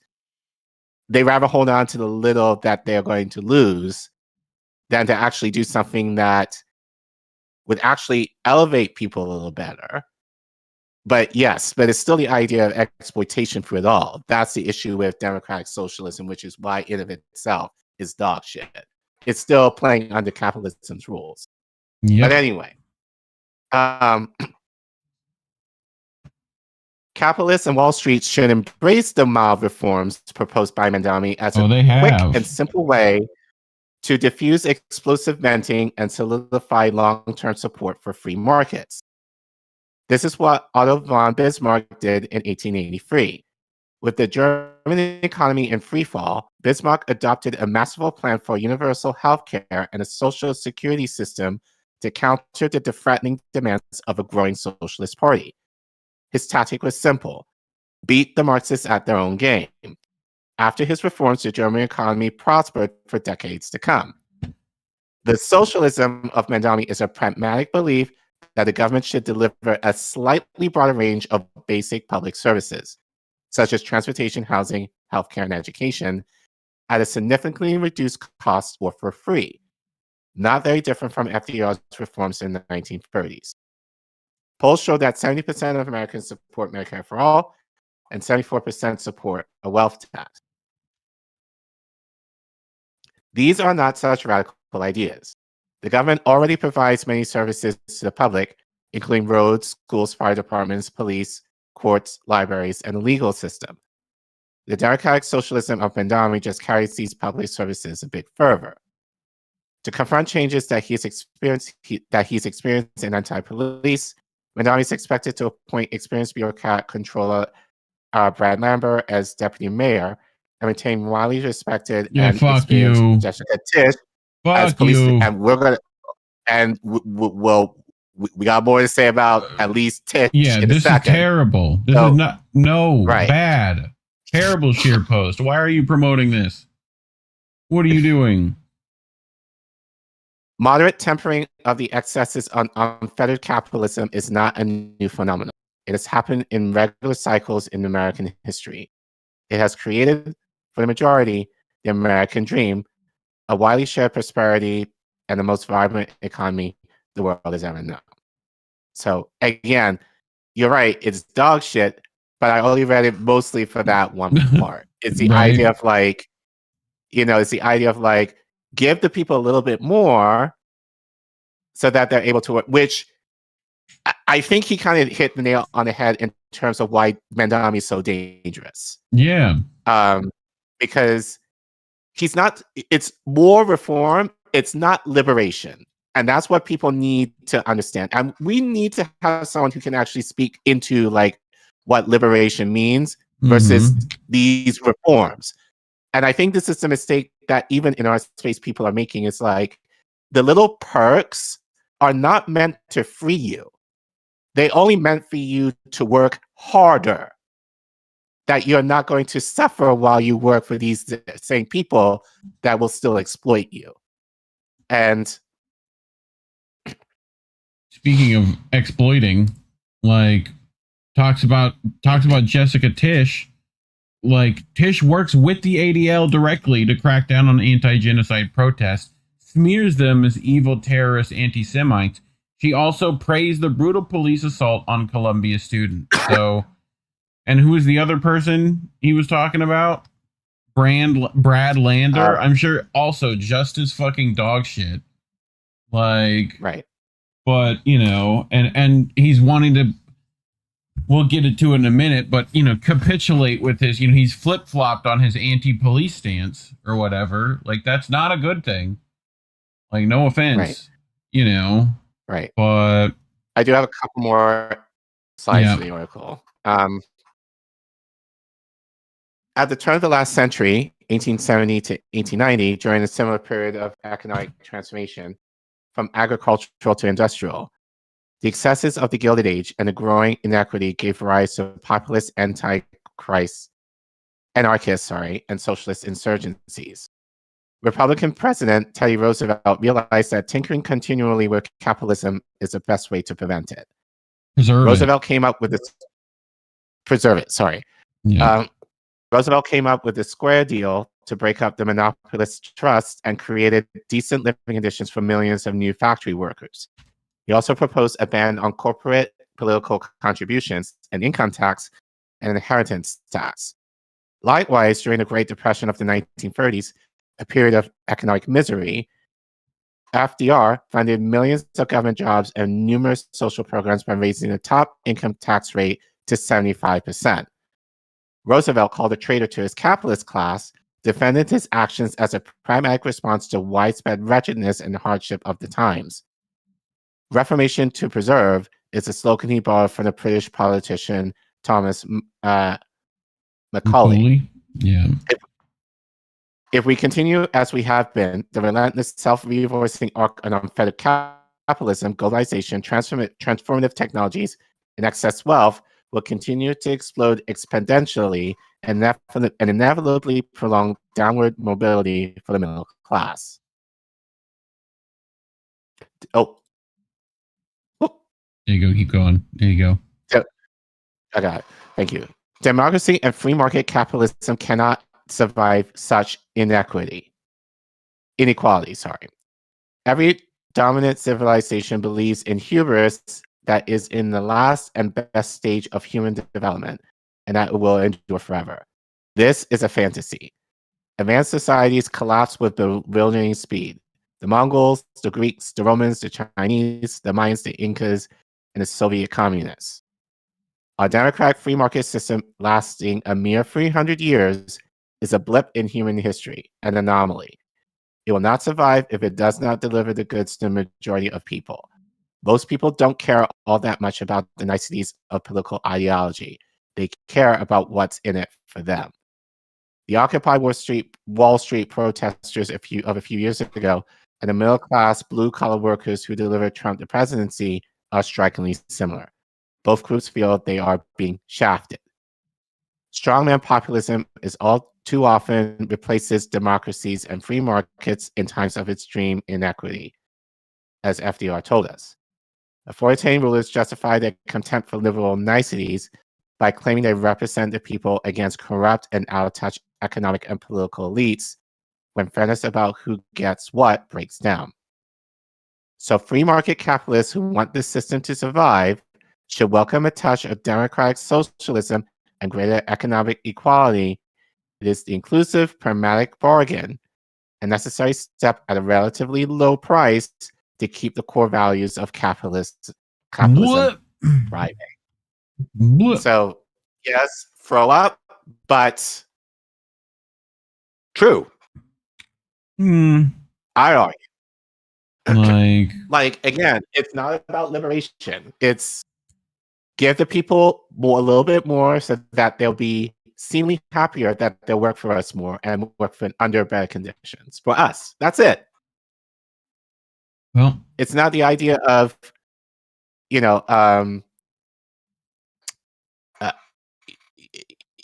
it's not in the terms of seizing the means of production. It's just giving the poorest a little bit more so that they're willing to work.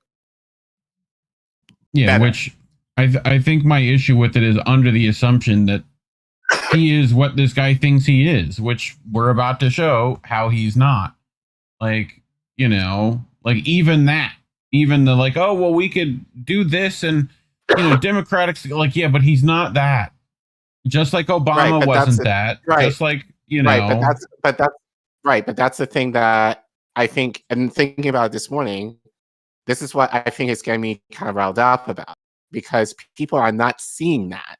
People are not making the connection of, oh, if I get, free busing, or it will make my life a little better, which sure, but not to the degree that people might think of it as.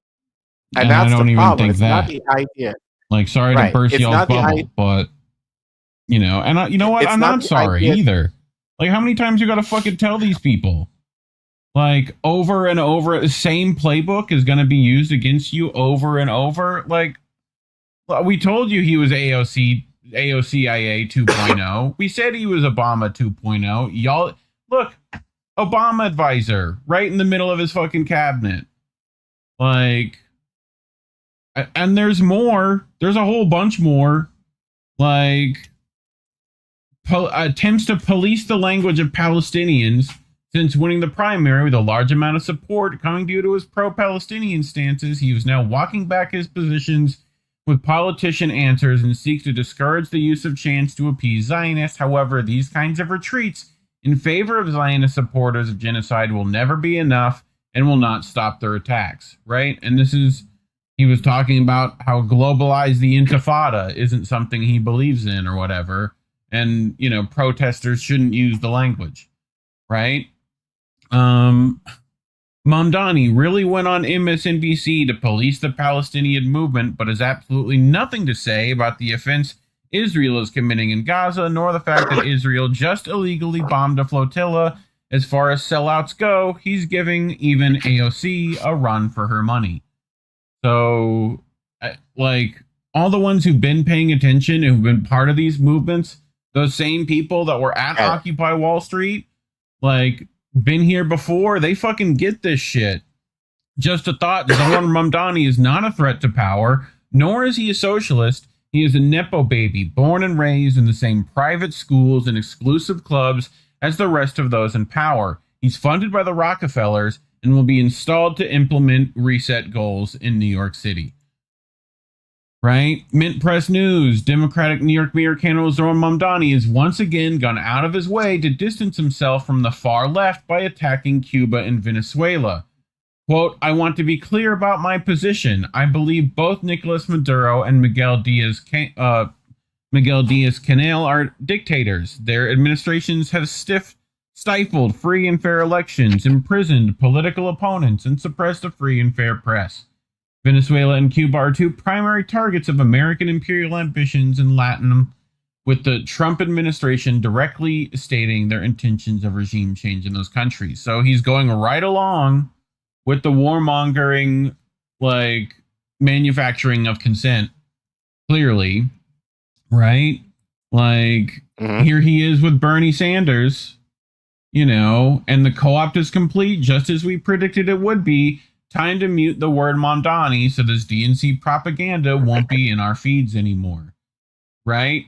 Even power to the people, proud socialists. Y'all aren't going to like this, but socialist leaders that are a legitimate threat to the capitalist order aren't celebrated on capitalist magazine covers. Mamdani is Bernie AOC 2.0 in that he is redirecting genuine socialist energy back into a capitalist party that will kill it. Again, people who've been here before. Jack, she's been here for a minute. You got to be kidding me with this fake ass bullshit. And to think anyone takes this clown seriously, here he is, moved by his conversation with Elizabeth Warren. You know. I was trying to hold in a cough and I started crying. Oh, I thought you were just being tender. I feel the same way. I bring this out in people. I really do. So, and you're wondering why videos like this were made, right? It's because he worked with this media group, right? DSMG, Deborah Schomer Media Group, who right on the cover, first thing on their website, is a fucking blurb from David Axelrod, all right? Of the Axe Files, David Axelrod. So, like, look at all this fucking money he put in here, dude. Like, just, you know, $500,000 every other fucking week. Okay?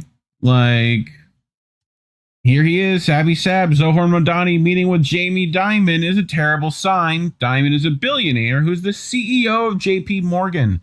JP Morgan paid $75 million in the Virgin Island Epstein case. Dimon is corrupt, as I said before. I believe Zohran will govern like a moderate. I don't even think he's going to be like a moderate. I think he's going to be a standard fucking dim. Like, you know, so. Yeah, it is a moderate. Mad Crab, you need a room temperature IQ to believe Mamdani is actually a communist. I mean, the people who've been here for a minute, like Fee, color me shocked. Zohran Mamdani, who managed to get people finished with the Uniparty back cheering for Dems because he didn't bow to Zionists, is now proposing an 800% increase in funding for hate crime prevention programs for the fearful Jewish folk and anti-Semitism. I know that Jewish New Yorkers, like Jewish Americans, are fearful in this moment of anti-Semitism. They're fearful, especially after the horrific attacks that we saw in Washington, D.C. and in Boulder, Colorado. And they're fearful also in conversations that I have heard myself about life in this city. I spoke to a Jewish man in Williamsburg not too many weeks ago who told me about the fact that he now locks the door that he used to close, that he used to keep open for years because of a fear of who may come in. I spoke to a friend of mine after October 7th who told me about going to his synagogue for Shabbat services and hearing the door open behind him and turning around with a tremor going up his back, not knowing who was walking in and what they wished for them. And ultimately, it's through the conversations I've had with Jewish New Yorkers that I have developed a proposal for the Department of Community Safety that would include an 800% increase in funding for hate crime prevention programs. Because ultimately, we cannot simply say that anti-Semitism has no home in this city or no place in this country. We have to do more than talk about it. We have to tackle it. And that's So, I mean, already capitulating, right? So Bernie Sanders says Zohran Mamdani should try to win the endorsement of the police union, right? And right about this time, he started flip-flopping on his, like, anti-police stance, right?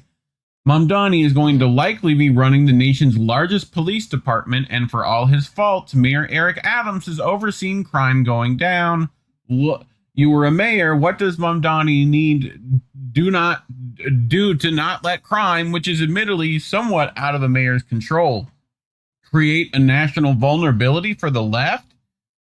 I was a mayor, and you know what? When I ran the first time, I won the endorsement of the Burlington Patrolmen's Association. When I ran for re-election, I won the support of the Burlington Patrolmen's Association. My third time I ran, I got the support for the Burlington Patrolmen's Association. My fourth term, why? Because we recognize that being a police officer is very difficult work, and our police officers got to be treated with respect. They do enormously important work, so just being the bootlicker that Bernie is, right? Breaking. Absolutely no one could have predicted Mamdani was a captured pawn for the establishment-like progressive Zionists. Oh, wait. Sorry, some of us, a bunch of other fucking people, right? Absolutely called it day one as it was blatantly obvious. Never mind. Keep strolling. And look, Zohran Mamdani meets the Jews of Park Slope. I'm going to have people in my administration who are Zionist. The front runner for New York City mayor says as he puts a softer spin on his anti-Israel path. Fucking Zohran Mamdani just said, I'm going to have people in my administration who are Zionists, whether liberal Zionists or whether they may be on that spectrum. That means that he's also going to have Likudniks alongside the horde of J Streeters who already run his campaign. Right? So create a city hall or a city in my... I'm going to have people in my administrations who are Zionists, whether liberal Zionists or whatever they be on that spectrum. Jesus Christ, dude. Like... Fucking, oh, but wait, remember how he was talking about how billionaires, Wall Street needs to fucking... Right. Like, well, guess what? They fucking did. Like, the boy in the article was just like, Wall Street needs to, support this guy. Well, here is Alex Soros, George Soros' son, right? Like, being right there along with them. Oh, and then another day, he's right here with Frau Genocide herself, as Claire Daly would call her. Like, fucking, you can't be any more Angel Rivera, INN member. Just this picture should tell you everything you need to know about Mamdani. He's going to be a puppet for the New York City elite and of the NYPD. Once again, young voters got tricked by their favorite left-wing PMC influencers. And by the way, some of you have been seeing those influencers push this guy fucking hard, and y'all need to fucking write those names in your little fucking black books and fucking make sure that you know to ignore them from now on. And y'all, I could name names, but y'all should be able to do that yourself. And I don't want to hear, but they do, but no. No, this gets you out of the club. They were already out of the club, and y'all let them the fuck back in so they can do this kind of shit. And I'm fucking tired of it. Y'all should know better. Like, look, Sam Husseini, I don't recall seeing this pic before the election. I do. I remember seeing it, Sam. Like, look, Keith McHenry, a local color revolution by election. That's exactly what this shit is. It's all fake revolution, as Caitlin Johnstone would remind us. Nico House, this is your socialist savior here with fucking Alex Soros.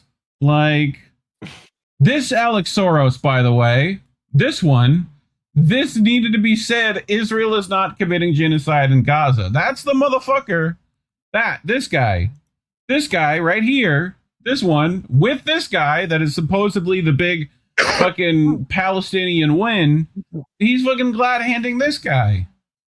Alex Soros, the son of notorious billionaire George Soros and chair of the Open Society Foundations, took aim at left-wing climate groups, saying all they do is talk about Palestine.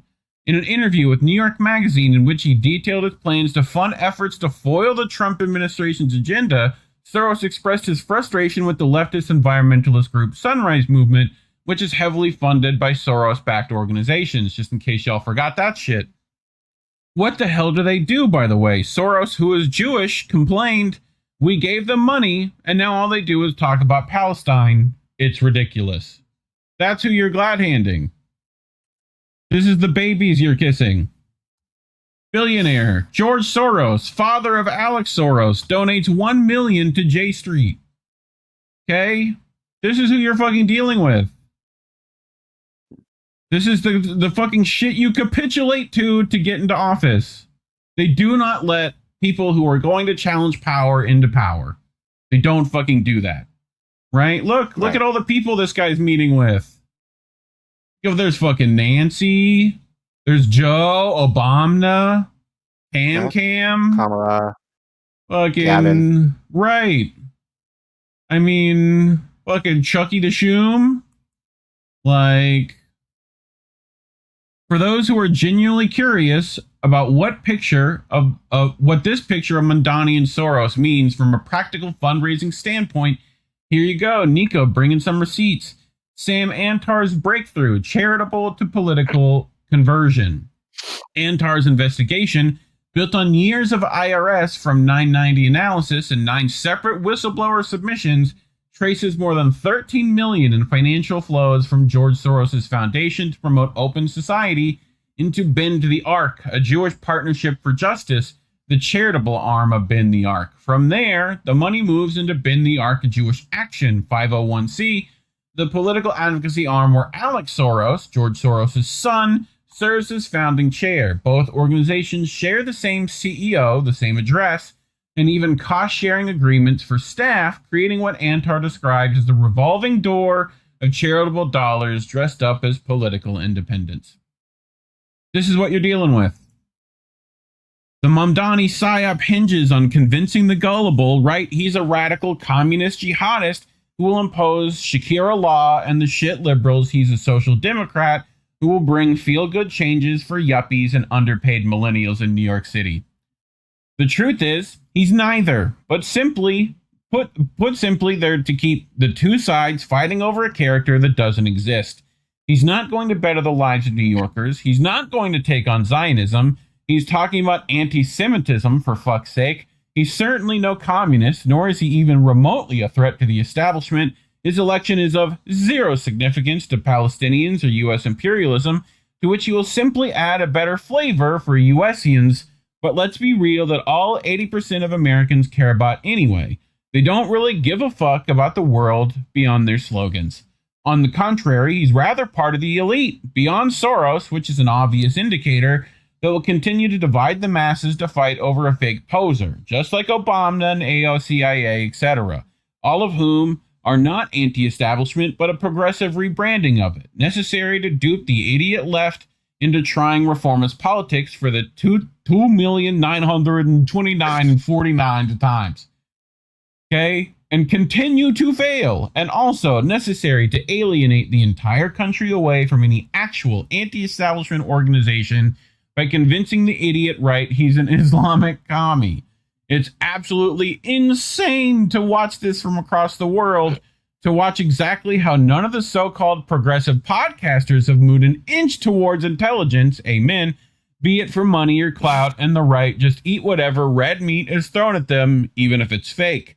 Sad and also alarming, but totally confirms that the U.S. is far, far from understanding the root problem, is they've had zero democracy or say in government for a long time, that they've been manipulated to be distracted by this dumb reality TV election show, purposely divided itself or united against the true enemy, and are endlessly stuck watching theatrics unfold, election after election, as the empire crumbles around them and the elite make their moves to save themselves while laughing at the brainless masses doing exactly as expected.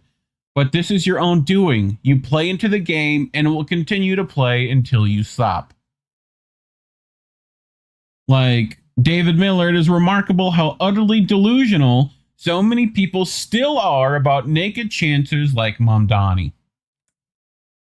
David Miller also would like to add, Mamdani is a Zionist and a servant of Zionists. If you want to keep getting mugged by shysters like him while they spit in your face and then stand on your shoulders, good luck to you. But materialists, socialists, anti-Zionists, anti-imperialists, and Muslims have a duty not to be naive when confronted with transparently careerist ghouls who piggyback on our popular movements and use us as vote banks. I have been saying this for a while, as you can see from the post below this one, but in aid of understanding, here is a compilation of some of the greatest hits in obeisance to the power of the Jewish state. I hope I said that right. According to the Jewish News, during the long mayoral campaign, Mamdani repeatedly said that Israel has a right to exist. On the anniversary of the launch of the Al-Aqsa flood, Mamdani referred to the Zionist genocide, but also to the operator as a Hamas war crime. As Nerdine Kiswani, chair of the Palestinian advocacy group Within Our Lifetime, said, his statement erases decades of siege, occupation, and systemic killing that led to that day, arguing it framed the conflict through the language of balance instead of liberation. Turning from his views and statements to his advisors and supporters, here is Brad Lander, outgoing New York City comptroller and key ally of Mamdani, saying Jews concerned about rising anti-Semitism need not worry about Mamdani. He is absolutely committed to keeping all New Yorkers safe, including Jewish New Yorkers who, like me, are Zionists, he said. The progressive Jews for Racial and Economic Justice, of which Lander is a member, endorsed Mamdani, though through its affiliated political arm, the Jewish Vote, after hundreds of members voted in favor of an endorsement. Here's Julian Gerson, the Mamdani campaign political director. He's previously served as the campaign manager for Representative Jerry Nadler, the co-chair of the Congressional Jewish Caucus. During that campaign, he also highlighted Nadler's liberal record on Israel. Jerry embodies the idea that one can absolutely be pro-Israel and progressive simultaneously. Gerson wrote in an email to Jewish voters in Congress he served as Nadler's press secretary and speechwriter. It took Zohran Mamdani less than 24 hours to buckle to the hysteria and say, of course, Hamas should lay down their arms, thereby adopting and legitimizing the main propaganda line. On Fox News, you were asked if Hamas should lay down its weapons, key to the peace plan and ceasefire. And some say they found your answer confusing. You said, quote, I don't really have opinions about the future of Hamas and Israel beyond the question of justice and safety and the fact that anything has to abide by international law. And that applies to Hamas and that applies to the Israeli military. So for the voters tuning in tonight, Mr. Mamdani, what do you believe about Hamas and how lasting peace will be achieved? We know it's a complicated matter, but we'd like you to keep your answer to a minute if you could. Of course, I believe that they should lay down their arms. I'm proud to be one of the first elected officials in the state who called for a ceasefire. And calling for a ceasefire means ceasing fire. That means all parties have to cease fire and put down their weapons. In the words of Rafat al-Arir, Palestinians cease and Israel fires. Like, pretty simple fucking distinction that you can make. So Zohran is actually a very shitty politician, because why would you not just adopt the Zionist genocide laundering line yesterday on Fox News and save yourself the humiliation of pretending to have principles only to buckle within record time when they yell at you? It's pathetic. Now they have Zohran on record saying Hamas should disarm. When they restart the genocide, as they all go, oh my God, Hamas did not disarm, he can't say anything about it without looking like a fucking idiot yet again and having to do the ritual over and over and over again. Also, in other PSYOP news, right, we have this fucking dude's wife, right, who brings problems in and of herself.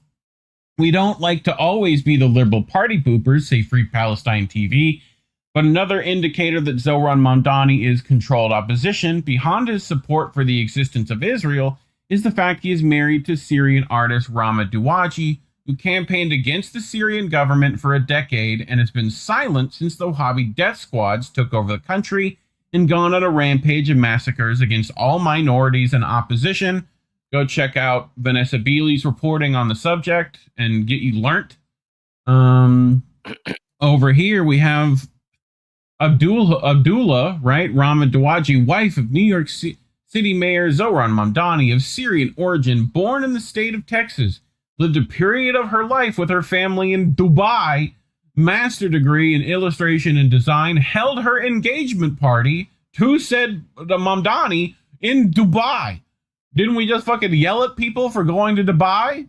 All those same libs just fucking yelled at a bunch of comedians for going to Riyadh and shit. Same, right? She'll become the first lady of New York. Welcome to her and her husband as Dubai's ambassador to the capital of finance, business, fashion, and lights, New York City, right? David Miller, one of the Zionist UAE's chief propagandists, reminding us that Mamdani chose to celebrate his wedding in one of the world's most tawdry capitals of Jewish supremacism, a vassal of the Zionist state, Dubai. So, I mean, I could keep going very easily. Here's the clip of Zohran Mamdani discussing the phrase globalize the intifada on Meet the Press. That's not the language I use. My intent is grounded in a belief in universal human rights. It's language I understand there are concerns about. I've heard from many Jewish New Yorkers who have shared their concerns with me, especially in light of the horrific attacks we saw in D.C. and in Boulder, Colorado, about this moment of anti-Semitism. Ultimately, they are part and parcel of why my campaign put forward a commitment to increasing funding for anti-hate crime programming by 800%. I don't believe that the role of the mayor is to police speech in the manner, especially that of Donald Trump. There's no room for anti-Semitism in the city. My concern is to start to walk down the line of language and making clear what language I believe is permissible or intermissible takes me into a place similar to that of the president, who is looking to do those very kinds of things, putting people in jail for writing an op-ed, putting them in jail for protesting, yada yada. Right? Nico House, what's going to be hilarious, and when New Yorkers realize absolutely nothing is about to change. There's no Muslim boogeyman, nor socialist revolutionary. New York just elected Obama 1.5. It's about to be anticlimactic as fuck. Stop the forever wars. Seeing Mamdani win reminds me of the time I was so hyped up about Obama's win in 2008 that I didn't even notice when he bailed out Wall Street days before his inauguration. Yeah, a lot of people fucking ignoring all these goddamn red flags, dude. A lot of people. Calla Walsh, it's concerning to me that people still don't understand Zohran as the enemy. He will now oversee a violent settler colonial police force bigger than most small countries' armies. This ignorant bliss is in response to Zohran's win, demonstrates a huge void in revolutionary conscience, organization, and leadership in the U.S. You can acknowledge some objective material positives of this outcome, heightening contradictions, without salivating over him as even remotely revolutionary, or without portraying his campaign as anything other than a Democratic Party counterinsurgency. But it's so good to see the fascists freaking out and let people celebrate our deeply unserious and childish responses to this material reality. Is your political goal to feel good or build resistance? For most Americans, it's clearly the former. Just like the Zionist state, the U.S. state is fascist to its core, and Zohran and DSA are embedded in it. Zohran's victories... And that's why... Go ahead. And that's why electoralism is politically lazy. Yep. Because it's just designed, it's just like the No Kings protests and all that other bullshit. It's just designed to make you feel good for a couple of seconds about the idea that you did something to protect democracy, when the real work in terms of organization, like getting in their face and actually making them do your bidding, that's a hard work, and no one wants to do that. And I think for me, as someone, hell, like I'm still doing it. I took a break. Like I told this to you last night, because I used to be a part of a teacher advocacy program, and I stopped it because just, I've done it for a while. Yeah. And they called me back in, like, Collin, we need your help on something. Do you mind making this presentation for us this weekend? So I have to do that and progress reports over the next 48 hours, in addition to doing the show. But that's the point. And it's like, if you're an organizer and on the ground, the work never stops. Like, and so the idea that you feel like you can just vote and have your problems go away, it's stupid. It's stupid. And it's again politically insane that's what people feel that they have, and they might mention it in social media, or even like some mainstream podcaster in the know of like, oh, we have to continue organizing, but they don't give any examples. They're not doing the damn organizing their damn selves. They're just saying it from the comfort of their screen and their microphone in their house or wherever their studio is. They're not engaged at all, other than maybe report on the bullshit and all the drama. Meanwhile, the people who are actually doing the work tirelessly, in spite of whoever is in office, do not get any recognition, or when they try to make moves in order to move the needle a little bit, they get shunned or dismissed because they're seen as opposition. Yep. Or they're too mean. So, as Jamal Bowman once said, like, oh, I didn't do what the left wanted me to do because they were mean to me. Well, we'll get to that. We'll get to that in a bit too, because I have problems with another sentiment too. But so Zohran's victory is objectively good, not because working people's lives will change, but because it heightens the contradictions within the ruling class. His inevitable betrayals will hopefully disillusion his base with working within the Democrats I'm not celebrating for 1 second because I know he's going to keep brutalizing, arresting, and prosecuting my comrades. Calla Walsh has been questioning the sentiment all day, and I am not sure if I even fully agree with it. Mamdani's betrayals are not really inevitable. They have already been made. Nor are they really betrayals, rather than a fulfillment of his own class interests, which has been my point. But here we go. Here's his clarification about the episode highlighted that just days after the interview, Mamdani's campaign clarified its position by stating both Nicolas Maduro and Miguel Diaz-Canel were dictators. I want to be clear about my position. I believe both Maduro and Canel are dictators. Their administrations have stifled free and fair elections, yada yada, right? David Miller, here is Mamdani adopting the position of being a running dog of U.S. empire on Venezuela and Cuba. I want to be clear about my position. I believe both Nicolas Maduro and Miguel Diaz-Canel are dictators, right?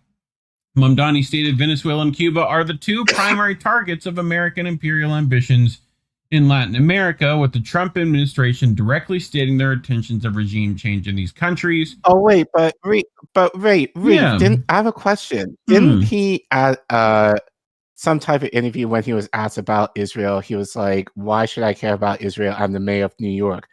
Right. Why is he saying shit about Venezuela and Cuba? That's not his jurisdiction. Last I checked. Why should he care? Caitlin Johnstone, cool timing for Zohran to declare Maduro an evil dictator as we're bombing fucking random boats in the Caribbean for it. Like just fucking stupid. Anyway, right,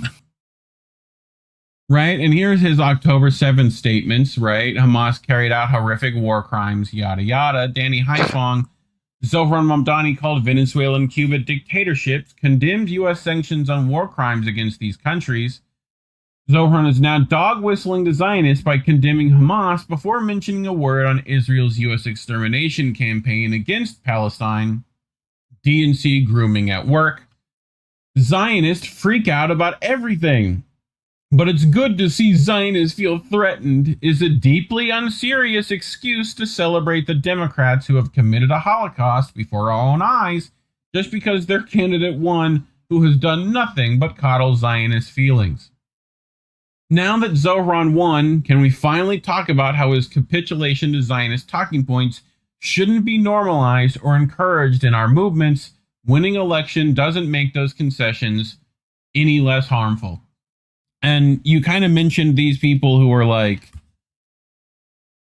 you know, we can hold him accountable. Yada yada. I saw Mia Khalifa of all people was like, oh, great that he won, but can we like hold him accountable? Like, how you gonna fucking do that, huh? What, like protesting the squad while you sleep on the fucking steps, and then you get the fucking music turned on you when you mention about the 10% that don't get their money? Like, right. How about that kind of shit? How about that kind of how about asking the squad members in their own thing when they're going to do shit and being practically escorted out? I don't know anyone who's done any of that kind of holding accountability, Collin. I maybe you do. You know, we've been here. A lot of people been here for this shit. You know what I mean? A lot of people been on the streets for this shit, and it didn't do much as we appreciate those. Sounds like we need to make that a short and insert that part where I went mini viral. Unfortunately, people didn't know it was me, but people who know my voice right now know that it was me. Yeah. That I called out AOC in terms of what she was going to do. She gave a bullshit answer. And funny enough, like I saw Cori Bush mention something like in terms of, oh, I fought for like, you know, making sure that people weren't evicted from their homes, but she had her comments on her Twitter shut off. Turned off? Yeah. How appropriate. Yeah, turn on the white noise. Given that, right. How appropriate given what I did. And she was the one who was like, turn the music on me. Like, because they didn't want to deal with my questioning at the Capitol several years ago. Jesus, I don't believe it's that long. It's over 4 years ago. But, but yeah, I think Yeah, look, here's my take. There's one positive, if you can say one. I think with all the hoopla, like, we forget at the end of the day, this is a local politician. So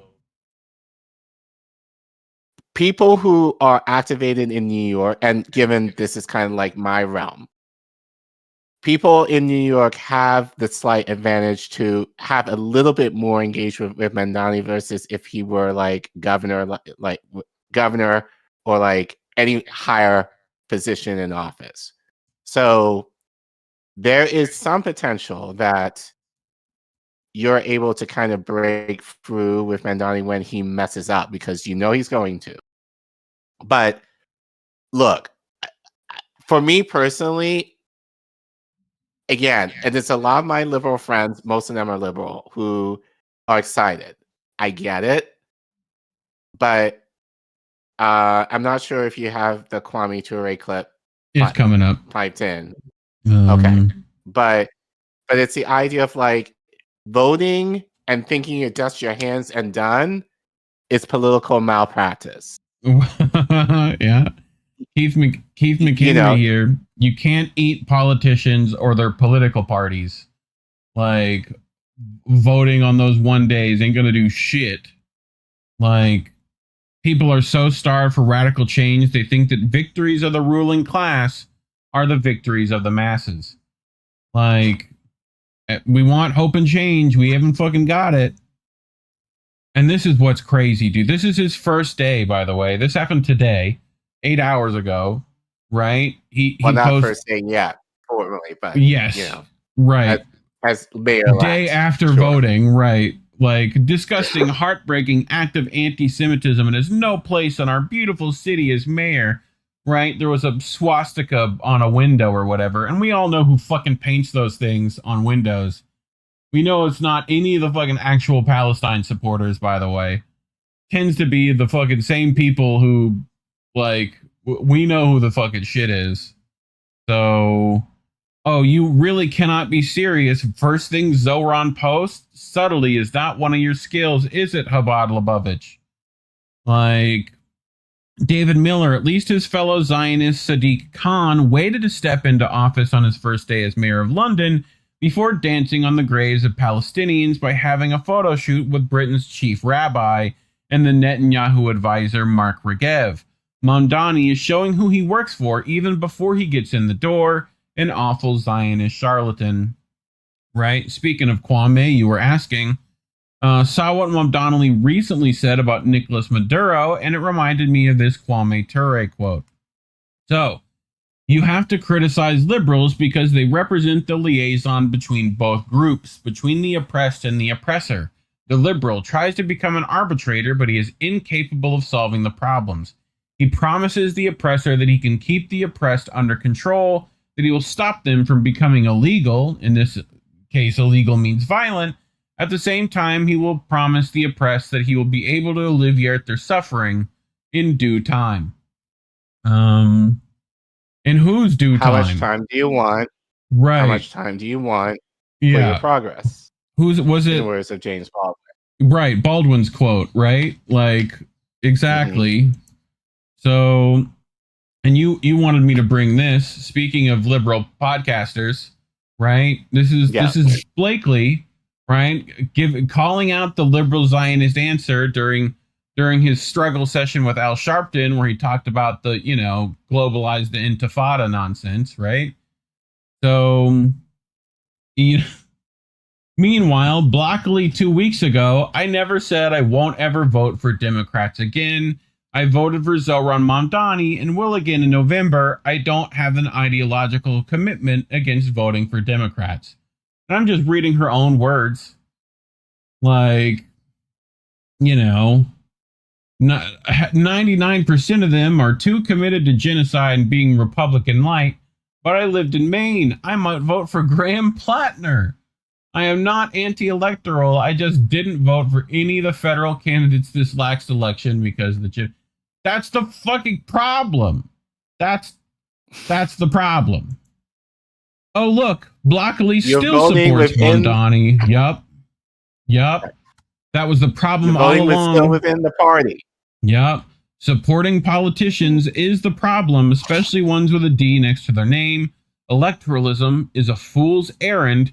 Anyone still supporting it should be ignored. You know? So just hit those mute buttons. Be quick with those. We didn't put it in, I don't think, but we talked about this last night, how Blakely, I guess, got into some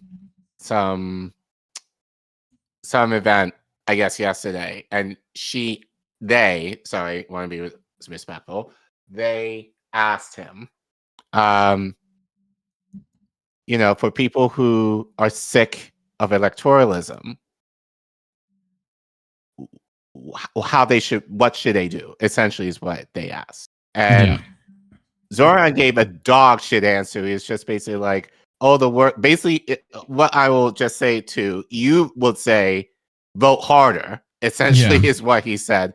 I will elaborate a little bit more and say basically what he said was, "Oh, the work is going to has to continue anyway, but all it's going to take is 10 to 15 minutes to vote for me." Is essentially what just adding. But then you guys have to hold me accountable. It'd be same shit we've heard a thousand fucking times. But he didn't say that though. He did not say that though. At least in the clip. So meanwhile, Blakely was nodding with him, being like, "Yes, yes, yes," and for me as someone who advocates on the ground, that fucking pisses me off, because it's still the idea of, like, again, as I said earlier, regardless of whoever is in office, people are going to be doing this work anyway. And the idea that, and you know what? I think there's an article that I found that talks exactly about this issue of why electoralism is dangerous. Because essentially what we're giving away our power in terms of the organization that we're able to do in the ground to force these politicians to do anything. And when you give our work, our tears, our suffering to them in the hope that, okay, all this work that we're doing and all this groundwork that we're doing, we're just going to give to you in the hope that you take something with it, is political suicide. Yeah. That's the danger of electoralism. That's the problem with people like AOC. She took a lot of that natural swell that could have been used to really shake shit up in government or like in the corporate sector, and actually having millionaires actually scared, took all of that energy and siphoned it into a party that is essentially shit. And Zohran is already beginning to do that. So that's my problem. So I say, look, at the end of the day, I'm going to say this to my New York friends. I know plenty who live in New York, New Jersey, whatever, who look. Well, actually, no, two things. Because I said this to a friend of mine today. Like, as in the article that I read earlier stated, like, the things that Zohran reported on, they're not that radical. Really. They're not. Like, hell, we had free transportation during the pandemic. It has, like, in many cities implemented that. Like, been done. Like, there's nothing really with that kind of will to implement something like that. And really, for most people who are kind of comfortable, like, that's not to say people like paying for healthcare or like, having to pay for certain services, but it's not going to kill them if they have to, right? My issue is, what about the single mom who's perpetually on SNAP, regardless of who it is? What about the person who's trying to get upward mobility, but for whatever reason, just due to life or whatever the means, is not able to get a leg up? What about the children who are constantly in shitty schools, and those who are trying to get out are just whatever reason, due to environment, family, whatever, you can name it, are not able to get ahead. These are the people that I am more concerned about. I'm not concerned about people like me who will manage. And I feel like Mamdani, that's who he's tending to mostly. Yeah. It's the people, the liberals, who they might complain about certain things, like as far as healthcare, as far as wages or whatever, but they will generally be okay. But for like the lower 50% who are constantly in distress in terms of basic needs, how is he going to affect their lives? Those are the questions that we should be asking. And people are not doing that. Yep. Like, how is he going to affect radical change for the least of these, as people say? Because that's where the real work needs to come in. And so, to close, I mean, to at least to end my point, Yeah. It's up to Zohran as to how he wants to run shit. Because as I said earlier, the advantage is he's local. You might forget that given upon the circumstance of his campaign, but he's a local politician. So people have a little bit more accessibility to him than, let's say, Trump. He's either going to capitulate fully, which I probably argue he's doing already, or he will do the bare minimum. Not to say he might not do anything good, but it's not going to make the dent of what he needs to do for people on the lowest end of the social economic sector that are really not going to make a difference. And then he probably might hang around forever because he's doing what, according to people, just enough to actually feel like change is happening. I think someone said that's like paint by numbers type of bullshit. Like just gradual incremental shit of whatever he's allowed to get done. That's all, at best, that's all I just want to see him do. So he's not going to do anything radical. He's not going to do anything revolutionary. He's not going to do anything in regards to liberation. And I think, honestly, given this, I think I want to do a part 2 on this, talking about electoralism and the dangers of it. Yeah. I don't think we've had that discussion here, at least in a while. So, but these are the kind of issues that I think are lost in the zeitgeist in the political spectrum. What is going to happen to the lowest communities in this country? Well, in this case, New York, that have been desperate. Not for the people who just got desperate because they hate Trump. Well, these are the things that we should be talking about. You added this to the end of this, which is a good thing to end on, I feel like. Yeah. Stokely Carmichael himself, Kwame Ture on voting might be good words to listen to. If you look at the Africans in the Democratic Party, now I'm not a Democrat. I've never voted in my life in the Democratic Party, and I never voted in the Democratic Party. It's racist and it's capitalist to the core. This is understood. And I shed my blood. I shed my blood for the vote now. I want to make that clear. Some people get confused. The vote for me has never been the road to liberation. It's only the means of organizing my people.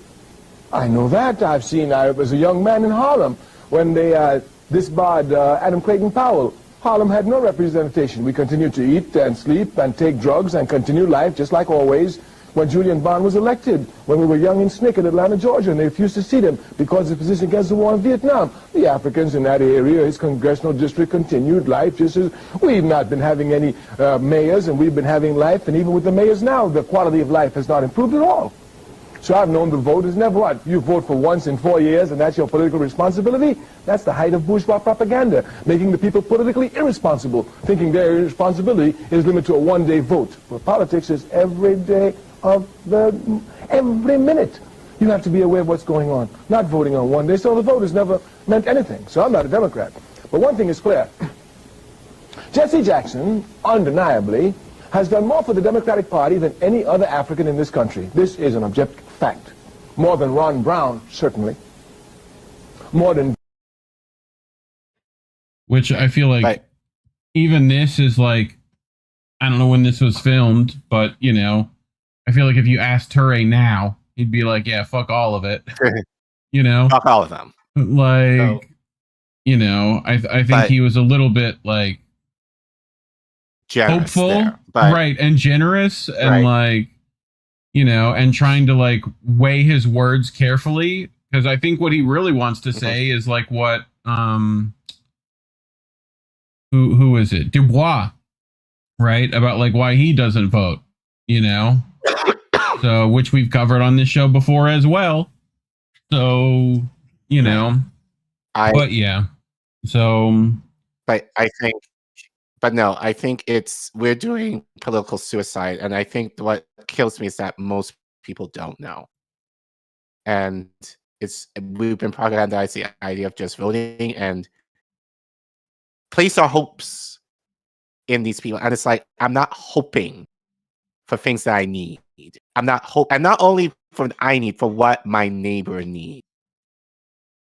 Like, and that's the issue that I have with Democrats, because it's like the argument is, oh, I'd rather fight them than Republicans, and I'm like, well, if Democrats claim that they care about you, why are we not fighting them? Right. That's not how it works. We've done that. We've been there, done that. Right. Didn't work out. Right. And look, for me as a public servant myself, my parents should not have to fight me to educate their kids. I understand my role. Now, not to say there's not going to be any issues that pop up, but I call what I have with my clients, my students, my families, a partnership. Like, I meet them, I understand their needs, and I try my damnedest to make sure that their needs are being met, kids and families alike. That's what it means, like, to work in partnership, not for families to fight me in order to get the very things that they need. So the idea that I need to fight for people that are supposed to work in partnership with me is ridiculous. So that does not hold for me. I shouldn't have to fight a politician, especially if they say that they care, to get me to think, or at least make the attempt. Hell, like, let's go the bare minimum. Like, at least make the attempt to. You know, like a genuine effort to. But like I said, we'll see what happens with this guy. I'm sure he'll get some things done, but they'll be very moderate, liberal at best. He'll need crumbs to give people. Definitely he will appeal to, like, my demographic for sure. He might do some nice things that they're able to recognize and be like, oh yeah, he's cool, whatever, and life goes on in New York, whatever. But the very poor will continue to be poor. And the very rich will continue to be rich. And then there's just the people in the middle who are just kind of oblivious to both. Yeah. So, and nothing will fundamentally change. Change. Yeah. Fucking awful shit. All right. Well, talking about how that's the case might mean YouTube demonetized us, which they have. So you could scan that QR code on your screen or go to code-v.com/Indie News Network and help keep the lights on over here if you so wish. If you can't give monetarily because you're one of the poors like ourselves, like and subscribe, share this video with your friends, leave a comment, let us know what you think. Otherwise, thanks for watching. Pew, we did it. Wasn't as long as what I thought it was going to be, actually. You still might have to cut into two. Fuck it. People will sit through an hour of electoral nonsense somehow.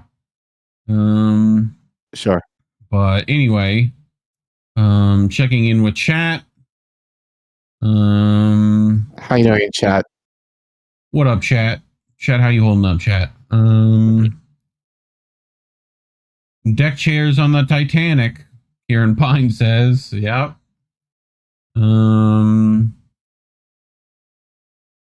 That's the revolutionary spirit of bourgeoisie democracy. No democracy at all. Yep.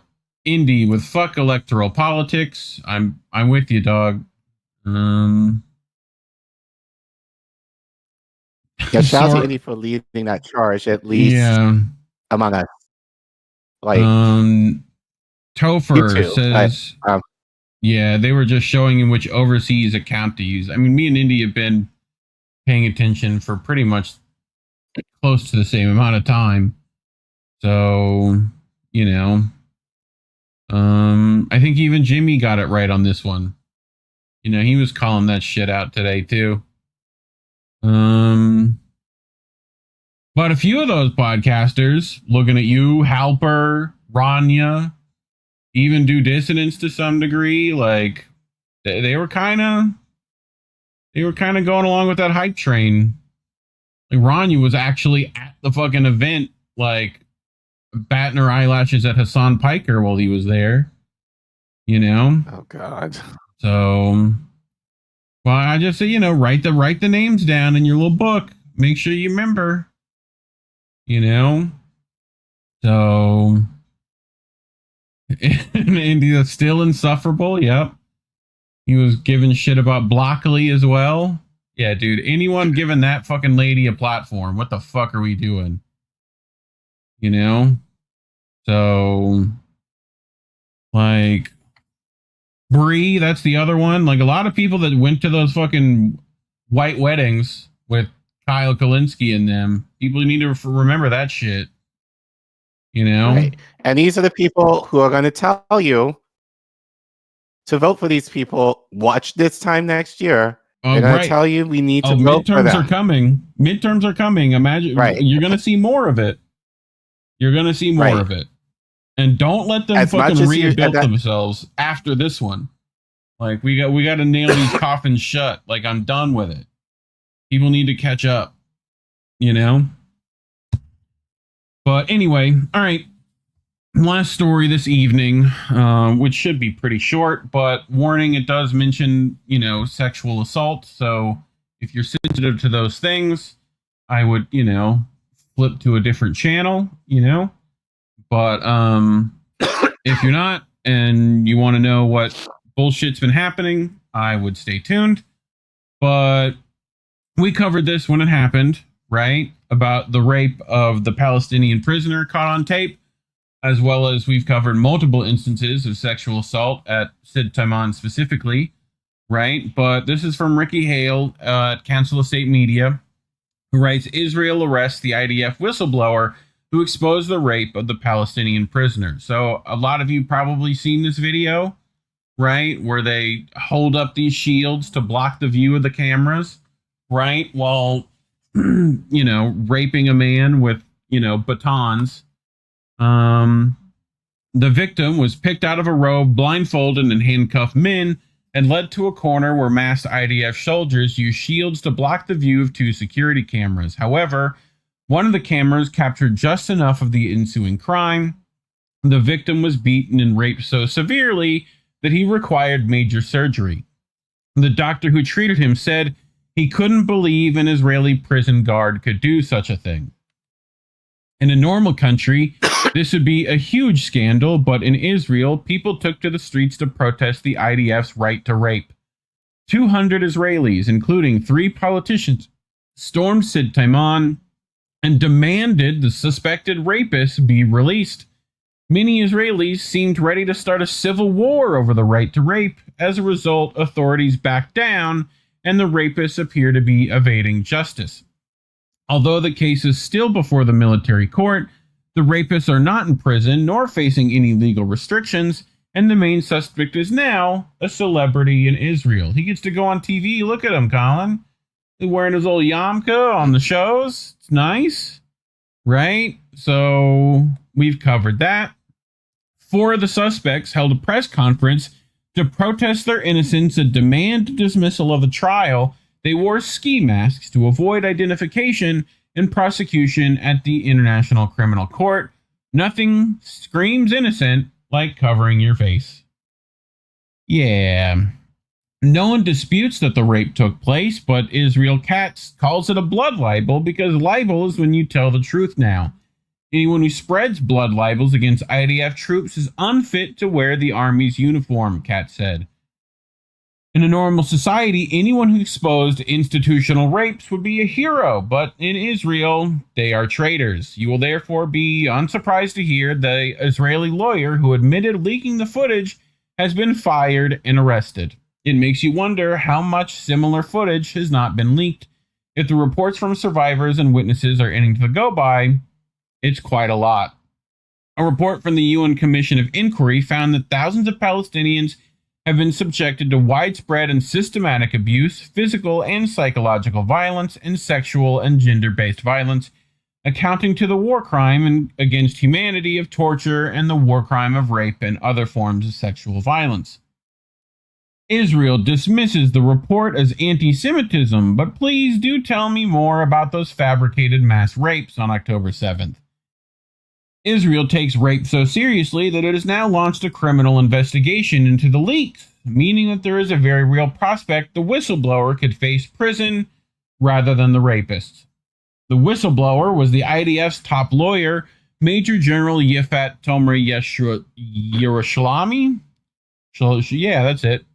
She was told by Israel Katz that she would not be allowed to return to her job, so she was forced to resign. It would seem that in Israel, no one has the authority to tell the truth, not even senior figures in the military. In her resignation letter, Tomer Yerushalmi wrote, "Unfortunately, this basic understanding that these are actions which must never be taken even against the vilest of detainees no longer convinces everyone." Tomer Yerushalmi explains she leaked the footage to counter claims in Israel that rape evidence has been fabricated. She wanted to show the world Israel does not cover up such crimes and is capable of investigating itself. But she has inadvertently proven the opposite.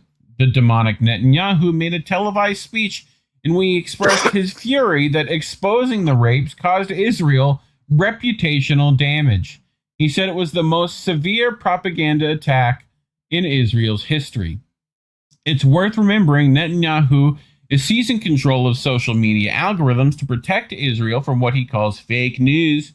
It turns out that when Zionists talk about fake news, they really mean the truth. I can sense your shock. Eli Cohen, a member of the Israeli security cabinet, said Tomer Yerushalmi stabbed the rapist in the back.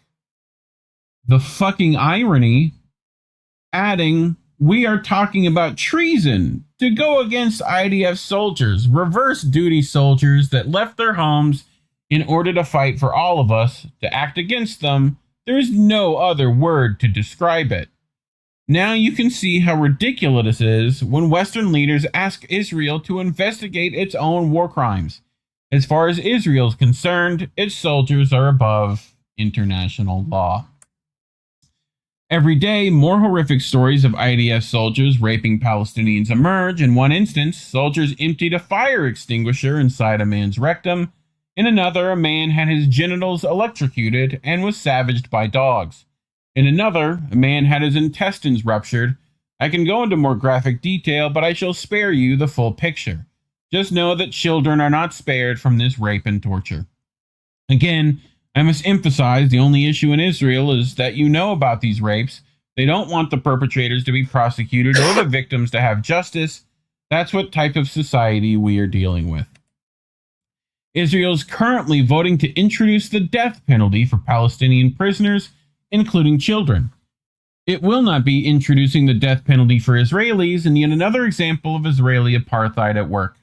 Given an awful lot of Israel's prisoners are civilians, such as doctors who were kidnapped as bargaining chips, where is Dr. Hussam, I will ask, you can expect a large number of innocent people to be killed. But this Israel we're talking about here, when is it not killing innocent people?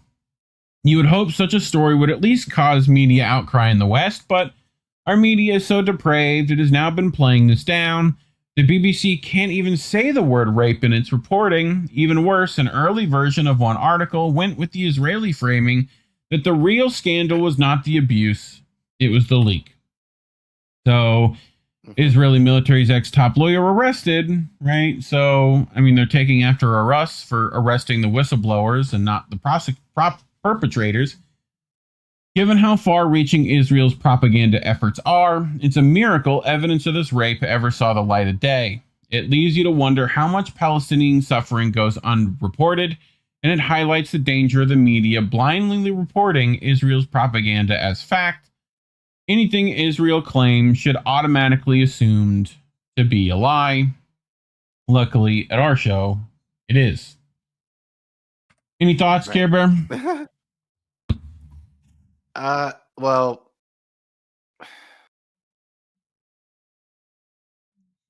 I'm not surprised, but it is kind of surprising that I'm surprised. Well, I'm surprised breaking points for what I understand. I think they reported on the story this week. That's how I heard about it. I think they reported this on Monday. So, but it almost kind of seems like there's, I don't want to say a glimmer of hope, but at the same time, it's almost like kind of the old propaganda machine seems kind of somewhat falling apart in the sense that even Israelis now seemingly are becoming so disgusted by what their own government is doing or what they're being forced to, Not enough of them, that's for sure. But, right. So it's kind of nice to see their own actually like having some type of empathy, but at the risk of her own life. Yeah, now she's going to be arrested and kept in a dungeon, probably with the same act she reported on done to her, because why wouldn't Israel do that? But yeah, it's just sad, It's sad, but it just shows how depraved Israelis are. And well, at least the state of Israel, how depraved it is. So again, it makes it more heinous, especially like someone like Mamdani that should know better defending it. Like they have a right to exist. No, they don't. Not anymore. They forfeited that shit. You forfeit that right. So you shouldn't exist under its current system. You need to dismantle it, and like if you want to create like a new Zion or whatever, create it somewhere else. Yeah, Poland and Germany and Russia, all of them were options. Right. So, but anyway, or make it one secular state. Yep. Where everyone has equal rights and have at it. Well, talking about these things is why YouTube has demonetized us. So you can scan that QR code on your screen. Go to ko-fi.com/Indie News Network, or links to donate are in the description below. If you can't do that because you're one of the poors like ourselves, just like and subscribe, hit the share button, leave a comment, let us know what you think. Otherwise, thanks for watching. We did it. Okay, baby, we did it. Well, I don't know if me and Indy will be doing a show Sunday. He might still be coming back from travelings. But it's not canceled or anything like that. Yeah. But as always, you can follow us on Twitter at Get Indie News, right? And keep up to updates on that. And, go follow the Substack. It's down there in the description below. But yeah. Anything else coming up that you can think of? That's what I know. Nope. Cool. Indy says, I'm planning to do a show. Okay. Of course.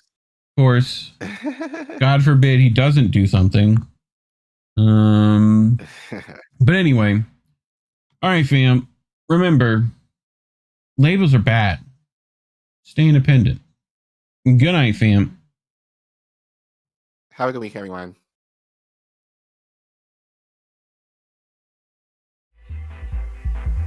There's a difference between peace and liberation, is there not? You can have injustice and have peace. Isn't that correct? And peace and be enslaved. Yes. So peace isn't the answer.